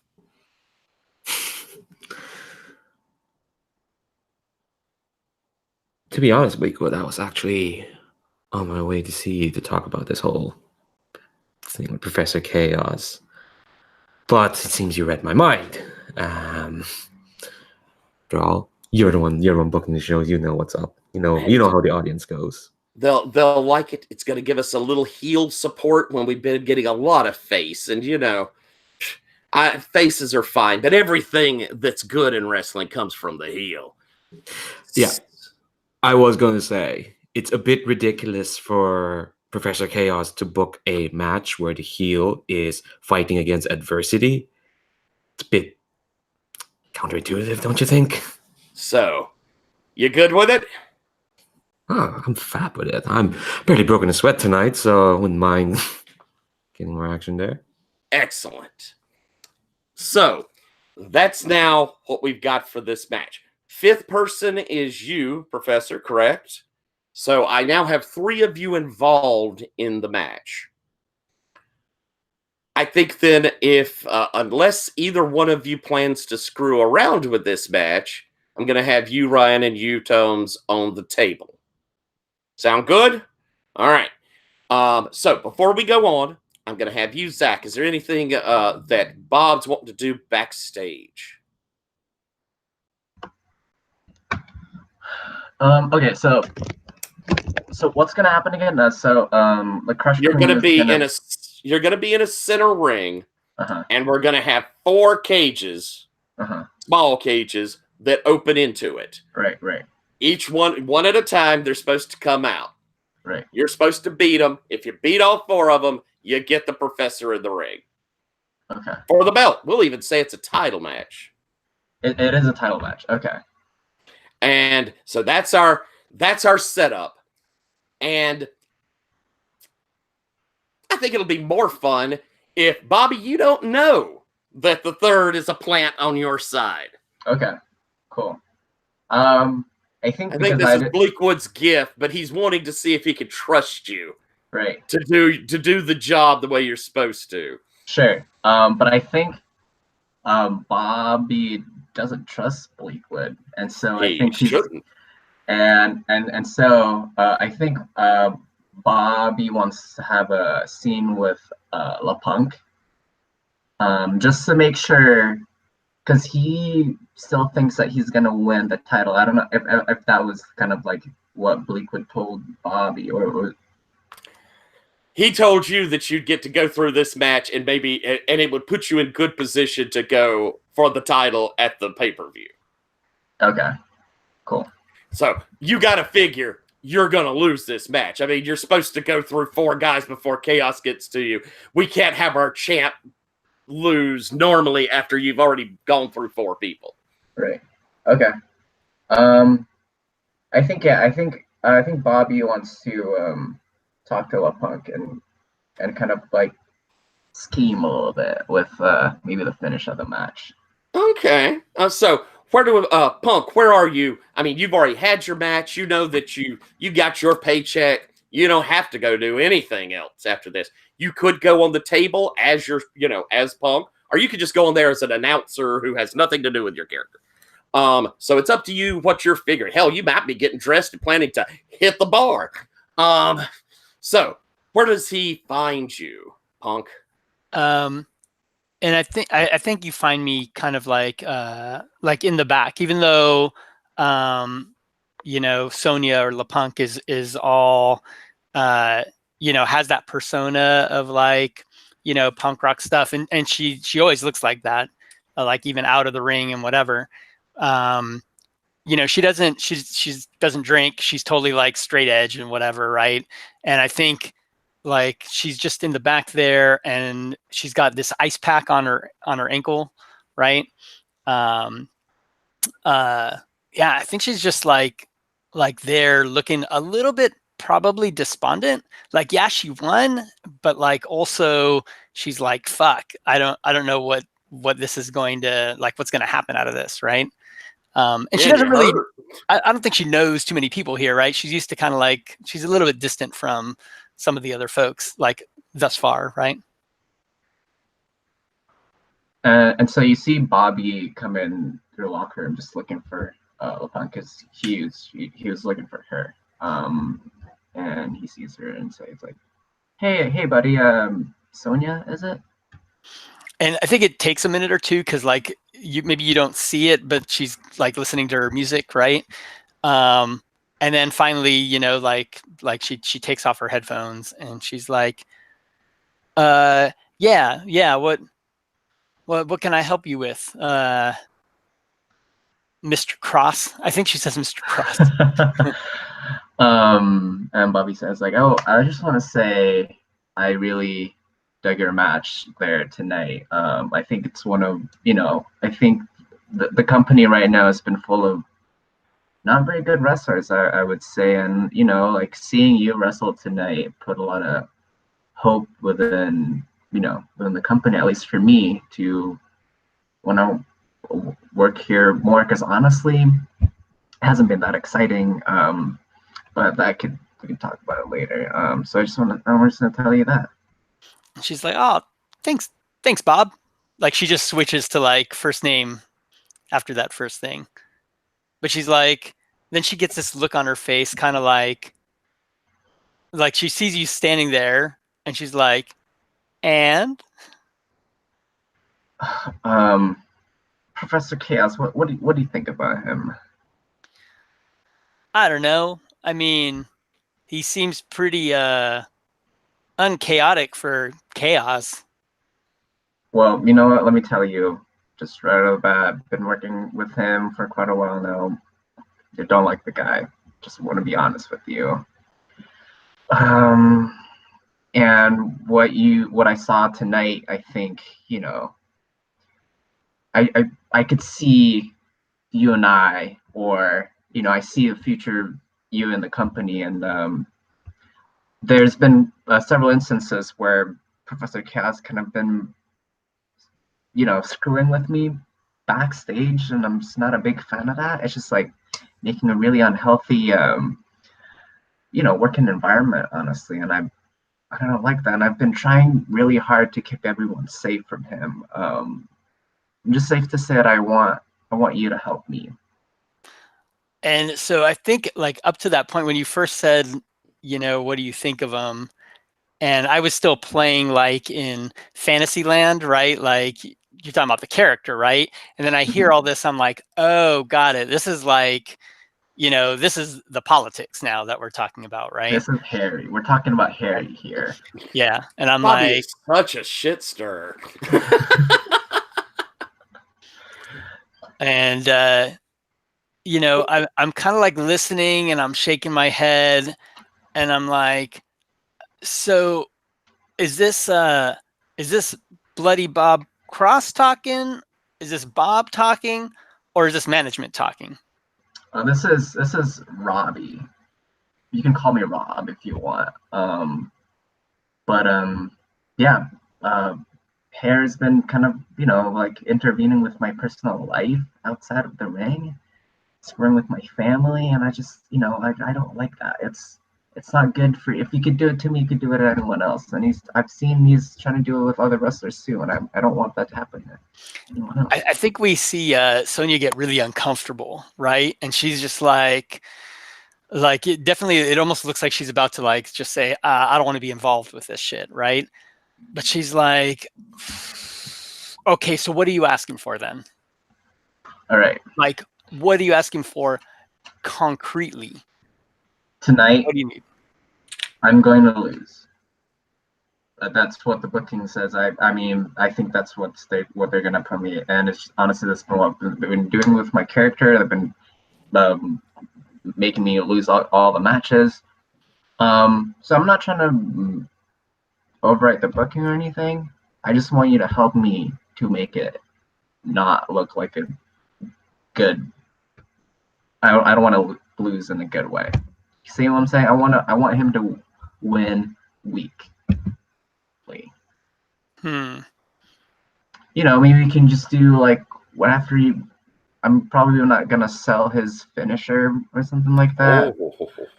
And maybe you could help me in just kind of like screwing. I'm still gonna lose, but it's just not gonna look good for Harry. I just don't want it to look good for Harry. Okay, so it sounds like we've got the proposition on the table. Do you give a definite answer here, Punk, or is it a vacillation? What do you say?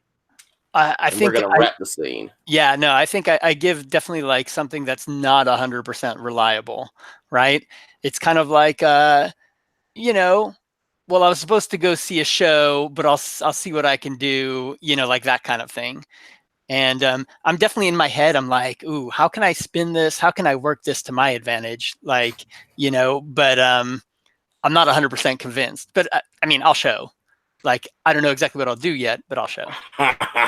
Lovely. All right, then. So we go to the match. Professor, this is kind of your circus bringing in the people. So I'll let you do the combined entrance. What's it look like for the four of them to come in? I'm going to tell you, you have the first one is the coach in whatever he's going to be dressed up as, who's a well-known jobber for the company. The second is Skunk Ape, who is this very large, kind of nutty fighter, who some say is not altogether there. He'll lose his temper and do strange things in the ring. Not sure if that's act or not. Third, we know has been replaced by Crush Queen. You do not know that. And fourth, I think we're probably going to put some. You think is it? Well, no, Igorovich we saw getting worked on. Do you want Igorovich? Igorovich isn't in there, so okay. We'll have so someone else. In fact, my thought, yeah. Let's have Sub Pig. I think Sub Pig's too big a name to go do this one. Yeah, I'd see him throwing a fit if he was asked to do it. Let's have Hair Euro then. Hair Euro it is. All right. And then you get to kind of be waiting for once that's through. So what's it look like introing them in? Okay, so Professor Chaos normally comes down from this flying saucer prop that they have up top.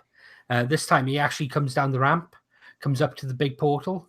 He's pushing the buttons. By the power of science for the future, which is one of his catchphrases from the show. He pushes the big button. The lights strobe. The flashes go off. The pyros go on. The swirling sounds, and the heroes of the future. Heroes of the future, assemble! Soldier supreme. So the coach comes out in his costume. The Yeti! And Skunk Ape comes out in a different version of his costume. Oh, Amazonia! So Crush Queen comes out dressed up in the mask and everything. Oh. And Captain Britannicus! Excellent. All right. And so they appear in the ring, and there's the sort of cheers for the future, the heroes of the future. And now, Bloody Bob, what's it look like as you come in? You see it's a typical dark arena spotlight at the top of the ramp. You see Bob, intense, walking really slow, striding onto the ring. You hear kind of like a droney metal sound, like really slow but really harsh wall of sound, kind of, like one note. And it's just shaking the arena. See Bob with his white face paint and like black tears, and with his black wrestling singlet, tape around his arms covering his scars, black, long, wet hair, and of course he's carrying his trustworthy golf club bag full of light tubes, and also is carrying a kendo stick Excellent. to the ring. And I'm sure you're invoking the hardcore. Oh yeah, of course. And because of that, I start with 2 momentum extra. Okay. And anything you're gonna try and pull some cheap heap as you head in? Anything you're doing? No, not yet. Not yet. I'm just gonna go in the middle of the ring. You hit into the middle of the ring. The ref rings the bell, ding ding, as the gate opens, and out comes the first wrestler, which was Soldier Supreme. Soldier Supreme. There we go. And that's Coach, who is a good jobber. He really is very capable and a pretty good wrestler. Trains folks back, in the Gauntlet development, but he's known for his losing. And so I'm going to take the immediate control in the sense that he's going to stalk out and he's going to tie up with you as he whispers into your ear. I think this is supposed to be a squash on me. Just do your worst. All right. Sell this really well. I whip it, run the ropes. Bam, bam, bam. Drop down, trip. What's his name? Soldier Supreme. Soldier Supreme. Bam, on his face. And then pull up, do a pile driver. Ooh, that sounds technical work there. It does, which is 0 from 1.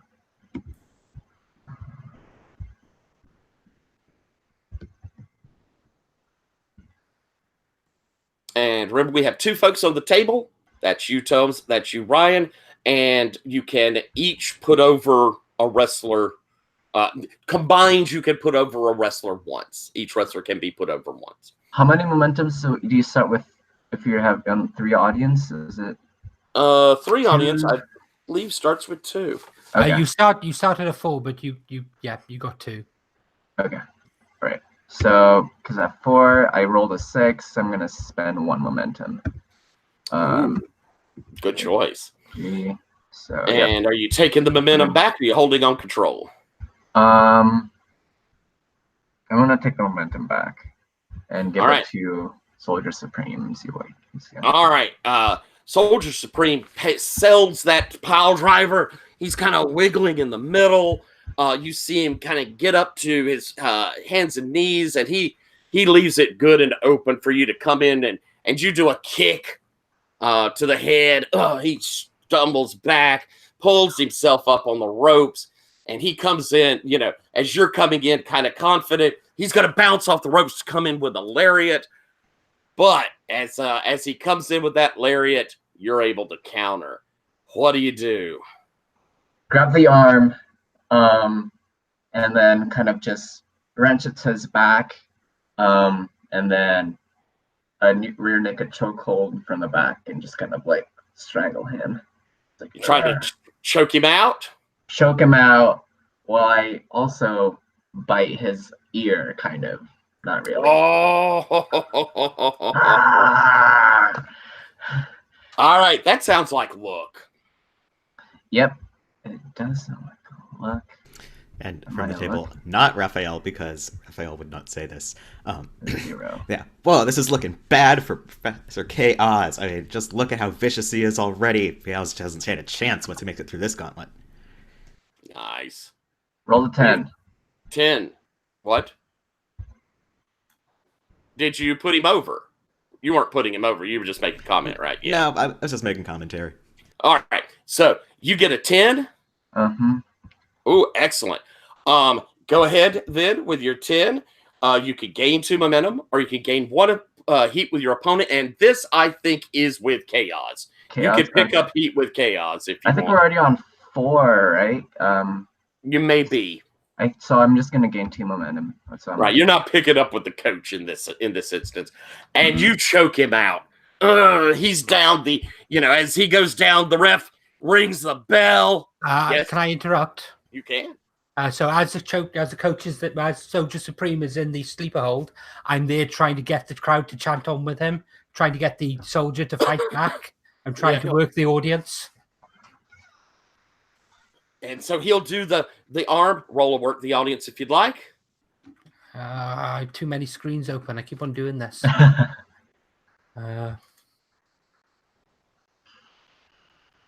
That's roll with audience, so you have a good one. 8. That's an 11. Woohoo! And So you're gonna pick up 2 momentum. Yep, and I'll pass control back to Bob. Right, and he tries. You see him do the arm as the chant goes, but it's too much for him. And they ring the bell, and he's the ref moves him off to the side. They pull him out as he yells, "First match to Bloody Bob!" And you see Bob just kind of like "Rah!" with like blood in his mouth, and just kind of like that like Triple H like spray, but with blood. Oh, lovely. As the second door opens and Skunk Ape comes wombling out. And Skunk Ape is big. And I think as you're spraying, Skunk Ape's going to scoot forward and is flat out going to put the forearm into the back of your shoulders. He's going to have control. And as you react and do the arch, he's going to get up underneath you, head underneath his armpit. It smells horrible. As he does this flip up into a full outstretched flapjack straight on your face from the bam. It's a power move. It's it looks as he screams and you're rolling around there. He's going to come over, stomp you towards the back, and then he's going to go off the ropes. And as he comes for this Yeti splash, I guess the avalanche, on top of you, you roll out and have control. He, bam, hits the ground. That's the ground. All right. Is he outside of the ring or inside the ring? Inside of the ring. I'm going to roll out outside of the ring and look under the apron and pull out a chair. There's always a chair. There's always a chair under the ring, and kind of like set it up in the middle of the ring, pull it out, pull it open, and put him just like sitting down onto the ring, like on the chair in the middle of the ring.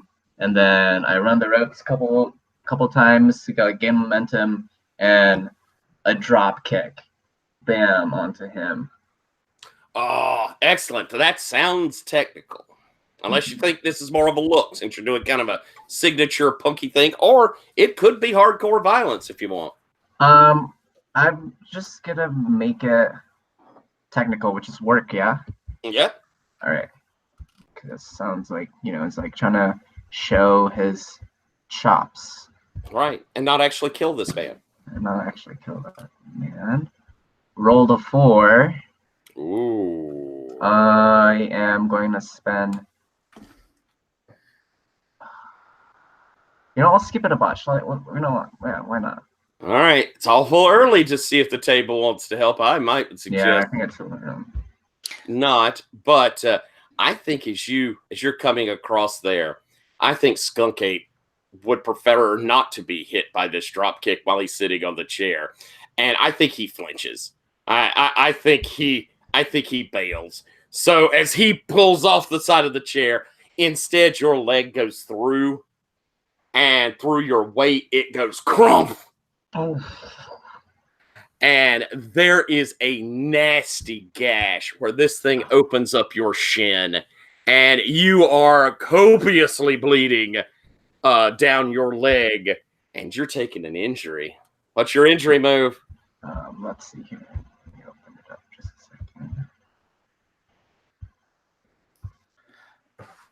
second. +1 heat with the character you're working with. Ooh, excellent. So that's another heat with chaos, but you are already at the top. So you're hurt, and Skunk Ape kind of realizing, even in his slow brain, that he knows he isn't supposed to win this. You've got to get a little further at the very least. He's apologetic as he comes over and kind of pulls you up, and you hear, "You okay?" It's not looking too good. It's not feeling so good. I put you up. You put me down. And he gut wrenches you up to where you're sitting on his shoulders, crotch in his face, basically. This is probably going to be an extended power bomb as he's planning. Sure. But he's opening it up for you to go at here with a move to take him down as he turns it over to you. Okay. And because of the way that worked out, I'm going to give you a +1 heat if you want to use a heat roll with him for this. Sure. Yeah. So if you want to do it that way. Yeah. Mm-hmm. All right. So as he's about to drop me down, I'm like mid in the air. As I'm falling down, I grab his neck and do a code breaker, which is both of my knees on his chest as I fall down with the momentum, and bam. Oh, gotcha. Okay. That sounds like you could either go with your technical or you could go with the heat move. Let's do heat because my work is 0. Excellent. All right. So +1, 5, 6. It's a roll is 5 +1, 6. I'm going to spend momentum, bring it up to 7. Get it up to 7.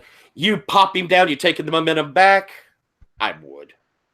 Yeah. Let's do that. Because as it lands, he's going to do the flop on it. You kind of come across. He's going to kind of try to be getting up, and that's going to give you your chance. And since this is the second one in, I'm going to let you do a finishing move to get through this one if you'd like. Yeah. I think he's crawling. I'll do like a quick you know what I'm gonna do? I'm just gonna bring the chair and just kind of do a couple chair shots while he's on the ground, which is really gnarly. Bam, bam. Gonna maybe like left him just kind of like unconscious. Give him a pin. Excellent. Roll the finisher. I'm a finisher. Okay. Clean running. Okay. It's clean. Like the finisher is a straight roll, right? Yeah. Okay. Just get to add momentum. Rolled a 10. Ooh, look at you. What's 10 give you?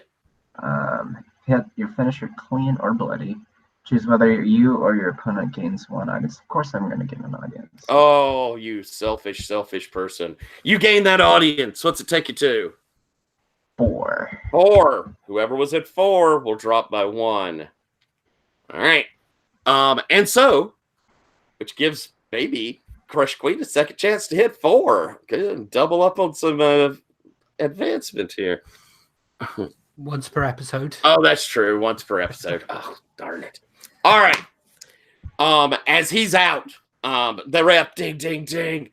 Second of the gauntlet. Victory. Bloody Bob. Crowd's kind of booing as he points over to that third cage. Crush Queen in there as Amazonia. You come stepping in. I'm guessing the two of you face off. But what do? Crush Queen? We got to see a little fight first, or are you gonna show the goods right off? I guess I'm trying to remember like how the match works. So basically, does Bob have to beat me to get to the fourth one, or are we waiting down on a timer? All that's said is got to get through the 4 before to get to Professor Chaos. So theoretically, you could just open up the door of the cage and drag the 4th one out.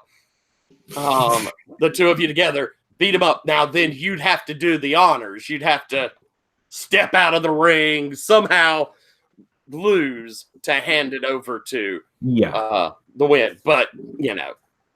So I think what happens is, we do the stare off, and Amazonia raises their hand exactly like the Crush Queen did at the start. But instead of like doing the gesture to Bob, points at the other cage, the poor other wrestler, and then just goes back to the mask and just takes off the mask in a flourish. It kind of gives you like this, this smirk. And Bob is like, I think we have a zoom cut to Professor Chaos at this point, and he's grinning. And our hill announcer is gone, and it's the Crush Queen. Who could have expected this? Clearly, Professor Chaos has got enough, more than he can chew. We've got 2 of them charging through the gauntlet. And I think, he knows he's in on the story. So the ref looks over at the cage, 4th cage, and points, and we hear the click as that cage opens. And that 4th wrestler is kind of giving the, which is Captain Britannicus, kind of giving the look around, but he's heroic as he steps out and he points to each of you because he's a hero of the future.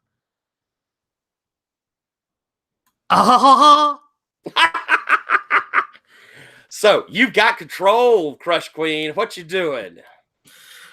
I'm just kind of like roll my eyes, and since this is a hardcore, I'm just gonna kick him in the dick.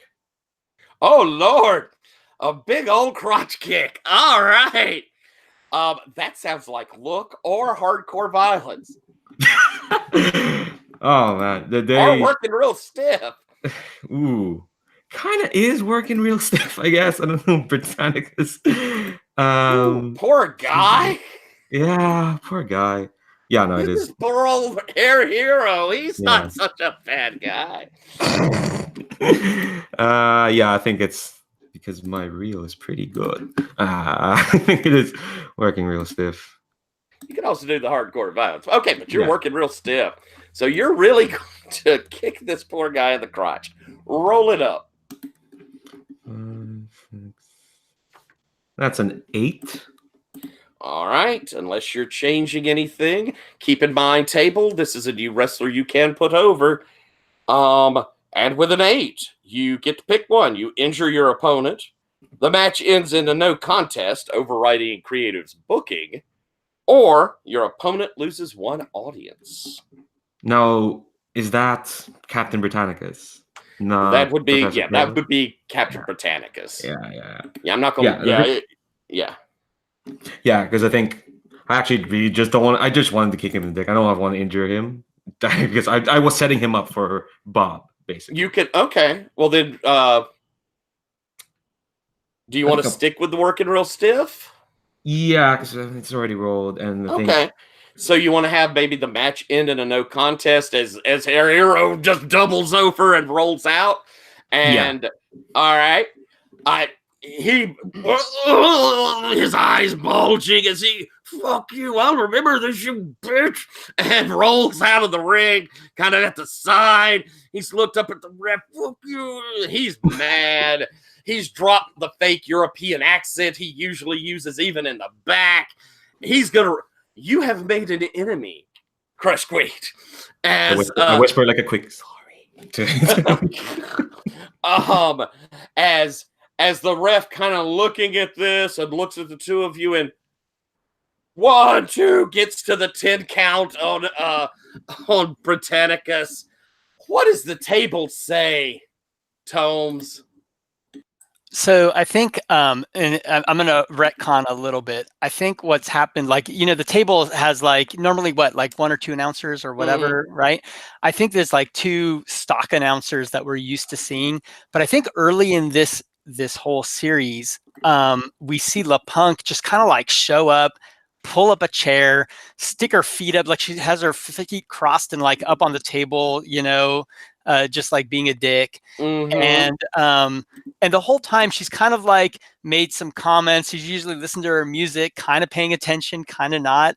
And I think there's a little bit of that, like, wait, what's going on here? Like, why is she here? And, I think at this point, like when number 3 comes out, right, and flips the whole script, I think we look over at her, there's a little bit of like the table's all going crazy and she's just kind of like yawning. And I think at this point, the table's going a little crazy. They're like, oh, and now it looks like, they'll be moving on to chaos. And I think LaPunk just like kind of like takes off her headphones and gets up and just like knocks the chair over and just walks out of the whole thing. Oh, all right. Walks out in disgust. Yeah. Oh, that's one way to win a match, and I guess it didn't go over well with my commentary partner, LaPunk. She left your headphones. Happy. All right, you're saying all that, and the camera like pans over to her, like walking out of the thing, and she just doesn't even look back. She just like flips off the table and just moves on. All right, so in the ring we've got you. Crush Queen, you've got to kind of do the honors somehow to let this be the move on to chaos. How do you let Bobby win? Or no, I'm basically I'm jamming open the cage. I'm basically you're jumping in. There. I'm going to go up against both of them. Oh, that's a hero. Oh, I love it. So, charging in is the professor. The two of you are there. Are you taking control with this, Garwin? Are you spending a momentum? I wasn't really going to spend momentum. That's fine. You don't have to. All right. I'm basically going to I'm going to push open the cage and actually get out and be confronting them. Okay. It's still you, Crush Queen, who has control. What do you do? Now, I don't know where your plans were, but you see this happening. What you doing? I see this. I kind of whisper to Bob, like, Harry really likes being the center of attention, doesn't he? He does. Oh, let's just get this over with, okay? Okay, so I think, Zoe sees the professor charging. What does the professor have, like something they want to say, or before they? Oh yes. Why won't you leave me alone? I have done nothing but good for the world.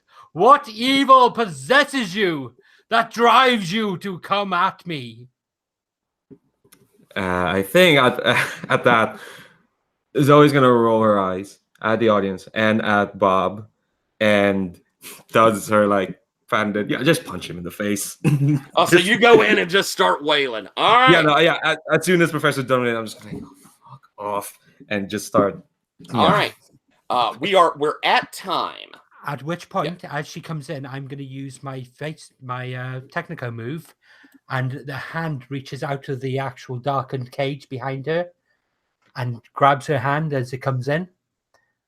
And Yegorovich steps out from where he was actually hiding in the background. I'm going to have an ally come to my aid. Excellent. Oh, cool. So as you come in for the punch, Yegorovich is going to step out, probably, doing the step out to get between you and the professor. So instead, your move's still coming in. You're still probably wailing, but it's just going to be on Yegorovich. That sound good? Yeah, that's a good way to take her out and leave All her right. at the two. Why don't we have you roll your wrestling move just to see what you end up rolling on Yegorovich. And I'm probably going to also then shift control because we're hitting the end. Yeah. Oh, that's an 8. We spend any momentum? I only have 1, so. I wouldn't then. So why don't you take another momentum if you'd like? Yeah, I'll take it. Or would you like the heat? I might as well put over Crush Queen because this is the last move she's going to roll. So, unless you would like to take your mid result, Leandro. No, go ahead. Put over. All I right. kind of like wail on and. Would you like to take one heat with Yegorovich then? Yeah. Excellent. There, that sets us up for next week with some things. We'll certainly be seeing these wrestlers again. Excellent. As the two of you kind of schmoz it up off to the side outside the ring, we'll have, this vision of the two of you fighting as we've got the professor and Bob who are facing off here in the ring. Bob has made it through the gauntlet by hook and by crook. The professor has stood up heroically. We're here at the end. We know what the booking is. I will say it formally, though. The professor is booked to win because, you've been worn out over the course of this. He's fresh. We know that's the booking. I'm going to give control to you, Bloody Bob, as you get to do a move, and then we go to the professor's finisher. So that's the way the booking is. We, however, can change things up however we'd like with what's going on with your momentum and babyface and heel and all of your many, many things. What do you do? Garvin, were you saying something? Yes, I'm going to interrupt at this point and do a low blow. So you spend a momentum to interrupt and do a low blow. And I'm working real stiff. Oh, and it looks like a professor's willing to meet Bloody Bob Cross on his own field. That was, Roll it. Rolling with real. Okay, so that would be a 7. Gonna stick with that? Yes, I'm going to injure my opponent. I figured you might. That's gonna give you an injury, Bloody Bob. I think you're still up. And at that point, then, I'm going to actually do a face heel turn because I'm fed up of this. I'm turning Rudo, and I'm just going to do whatever it takes to win. And I'm going to use the Rudo move, and I'm going to basically have my. Remember what happened last time with the foot coming down on my foot? I'm going to do exactly the same move to him, and using the Rudo move, I'm going to inflict a third injury. Oh, gosh. Which should take you up to your full amount of injuries. Right. Oh. All right. Woo. Professor Chaos seems to have snapped. I mean, this is no hero of the future. This is perhaps one of his own villains. This is a snap, and the crowd is kind of, because, the low blow was one thing. Then the stomping, and it probably looks like the professor, he's probably got that wild-eyed, he's really trying to hurt someone. Bob, you are at your max injuries. You're going to get a chance before next time to probably heal one of those, but still, woo. As, huh? He's taking a beating, yeah. He's selling it. As Probably not. Professor, you get to do your finisher. Okay.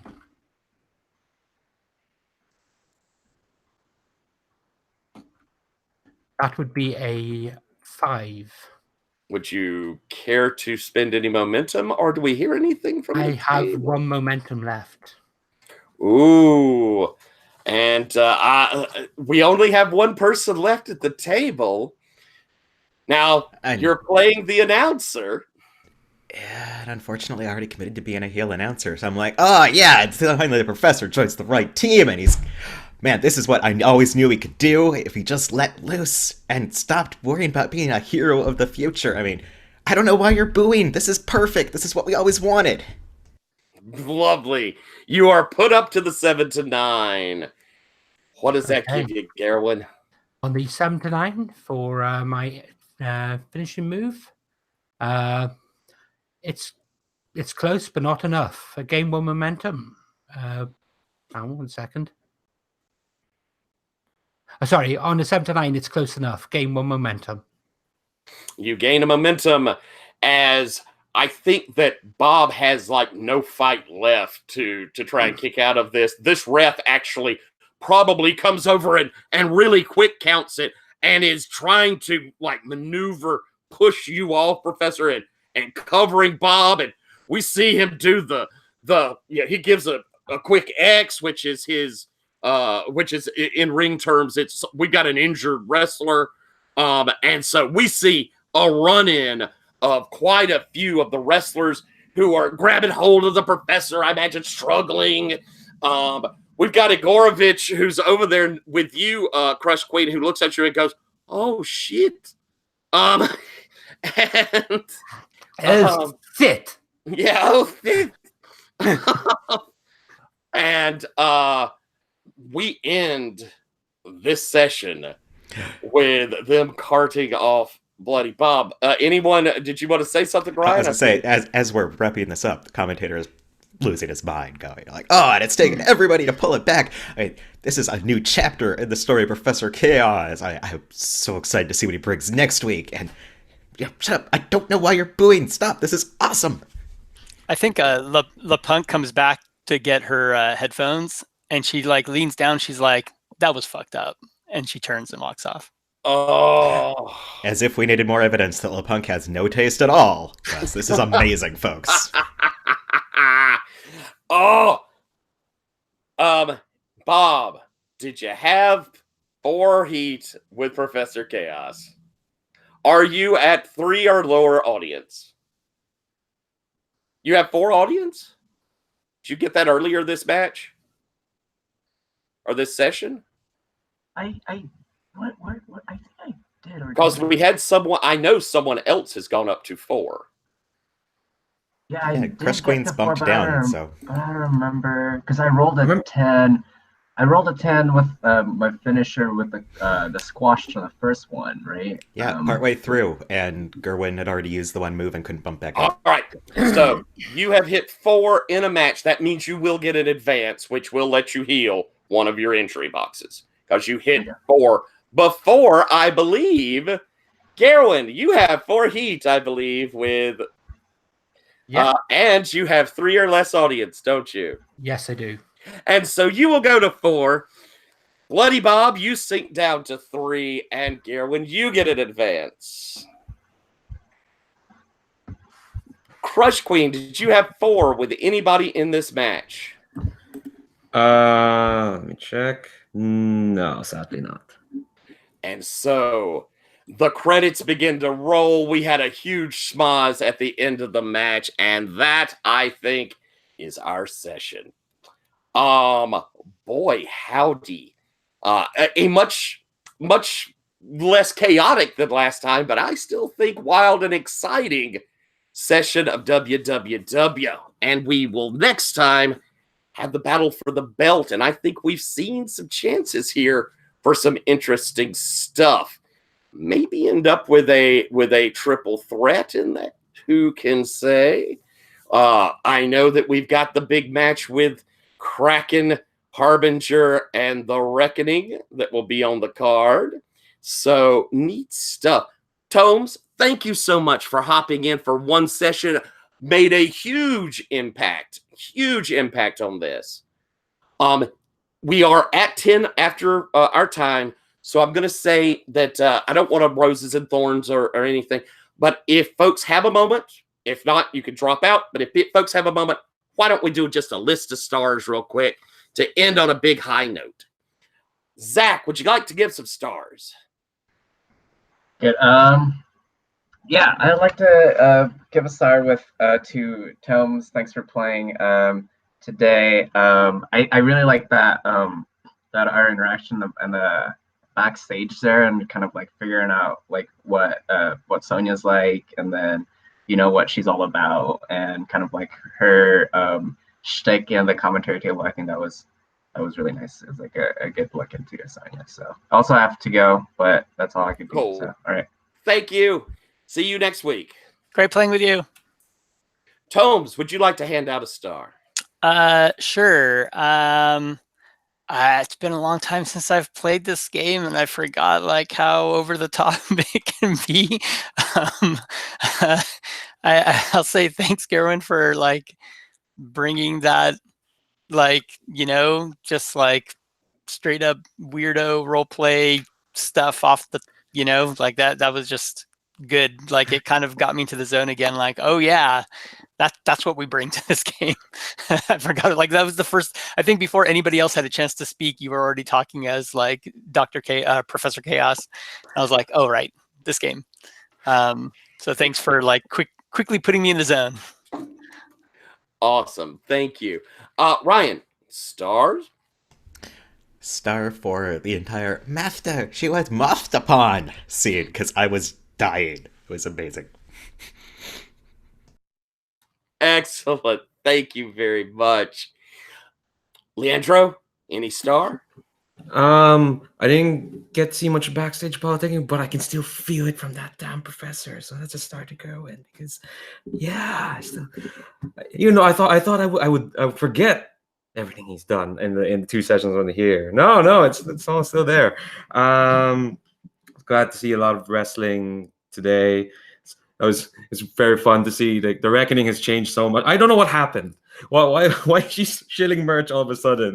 That match was really fun, Ryan. Thanks so much for that. And I love that Punk. I really chanted LA Punk at some point. I'm really sorry. I shouldn't, but no, I love like just coming for one session, just very distinct. That kiss off line at the end, and it's proof she has no taste. And I love all that. Yeah, excellent. Thank you. Gerwin, star? Stars all round. Tom, absolute brilliant to actually play with you. I think we had a really good match. Had a good dynamic going there. I would have loved to actually get a little bit of backstage time with you, but c'est la vie. We were very pushed for time as it is. It always seems to be the way with this game. It never just is long enough, and I think that's down to the play. I think that's down to how much the players get into it, rather than any structural issues. So any game that has me coming back, and any character that I want to interact with more, yeah, full stars there. And I can't say well enough for you, Leandro. Oh my God, I was worried. I was so worried. I was expecting the work stuff coming left, right, and center. Thank you for not doing that. but that whole twist was, yeah, I love it, and I love that you were willing to go along with it.